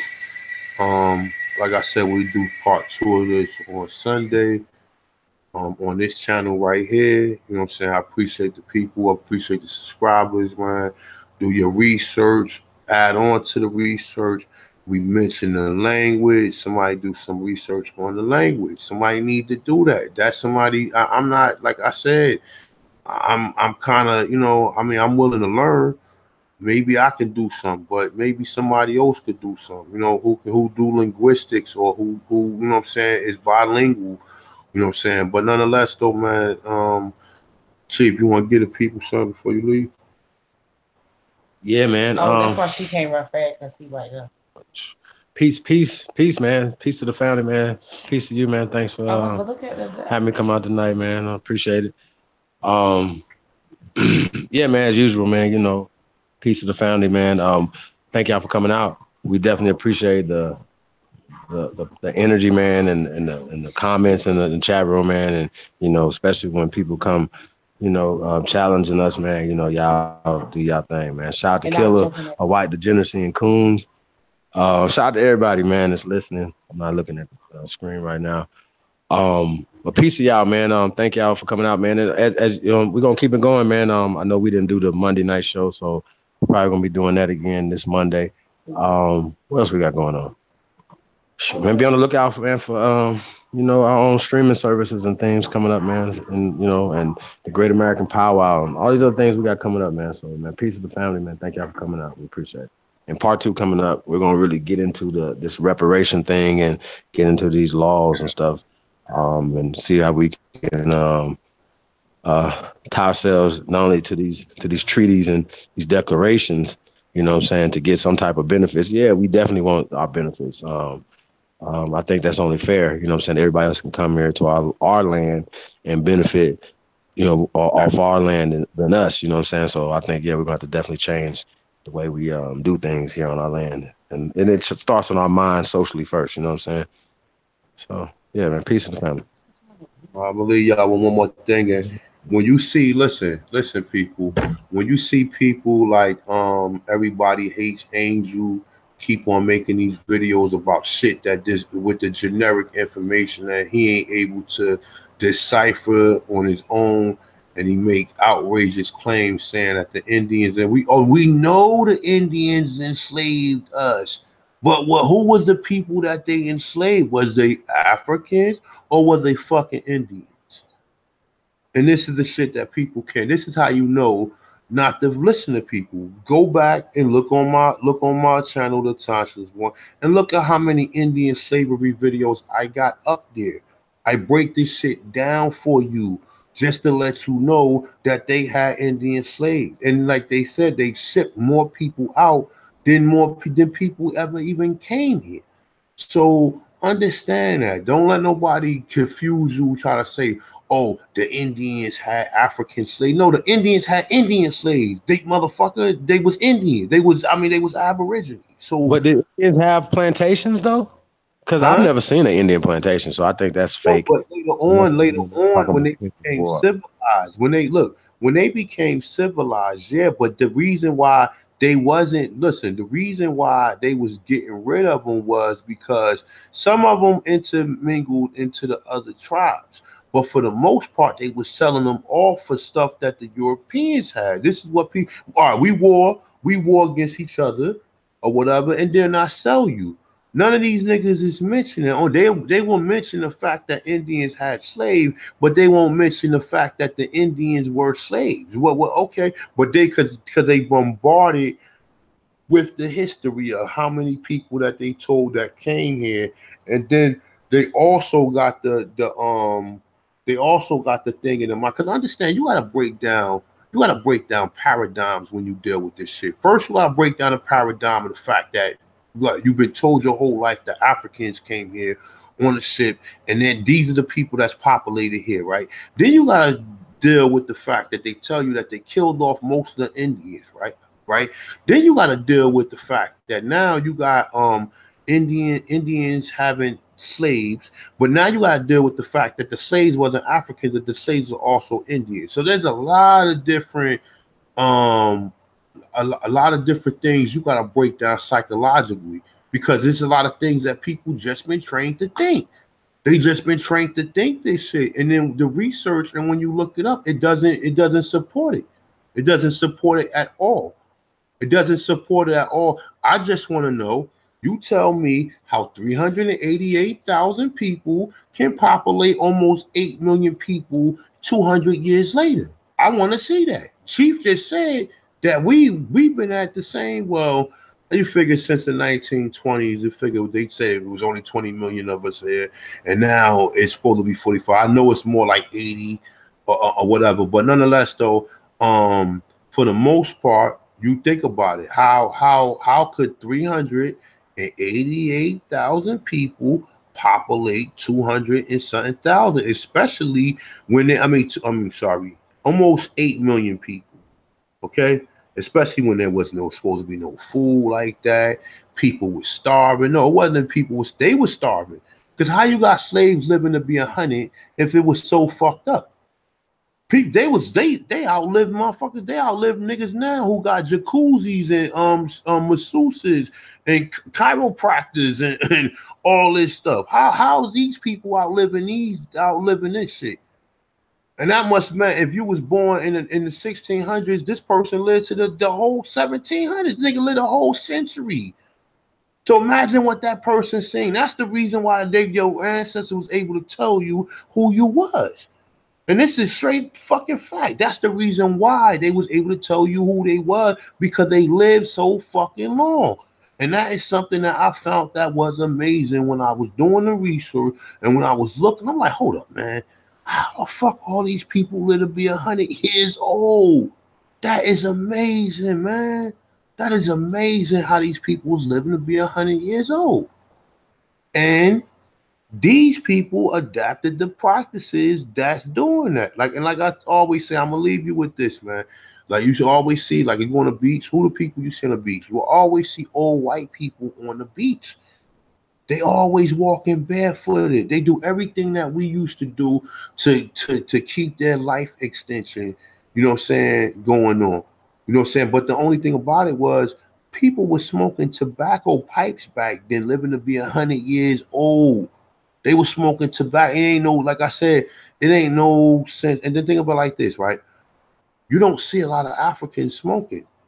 All of the only people you see smoking here, you see foreigners smoking, you see white, you see Chinese people smoking, but for the most part, you see niggas smoking everything from Newports to Black and Miles to blunts to every motherfucking thing because that is we trying to really find back what we had because we were smoking tobacco. We had tobacco fields where you can just I don't know, we wasn't processing the tobacco in no type of chemicals. They would just take it, crush it up, and just throw the shit in a pipe and smoke it.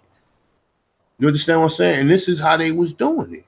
So I mean, like I said, man, study your history, man, learn it, whatever, man. I'm the Thompson's one, Chief Holiday. Shout out to the Aborigines. Shout out to everybody that came through. We'll be back Sunday with part 2 to this. And we out. Peace.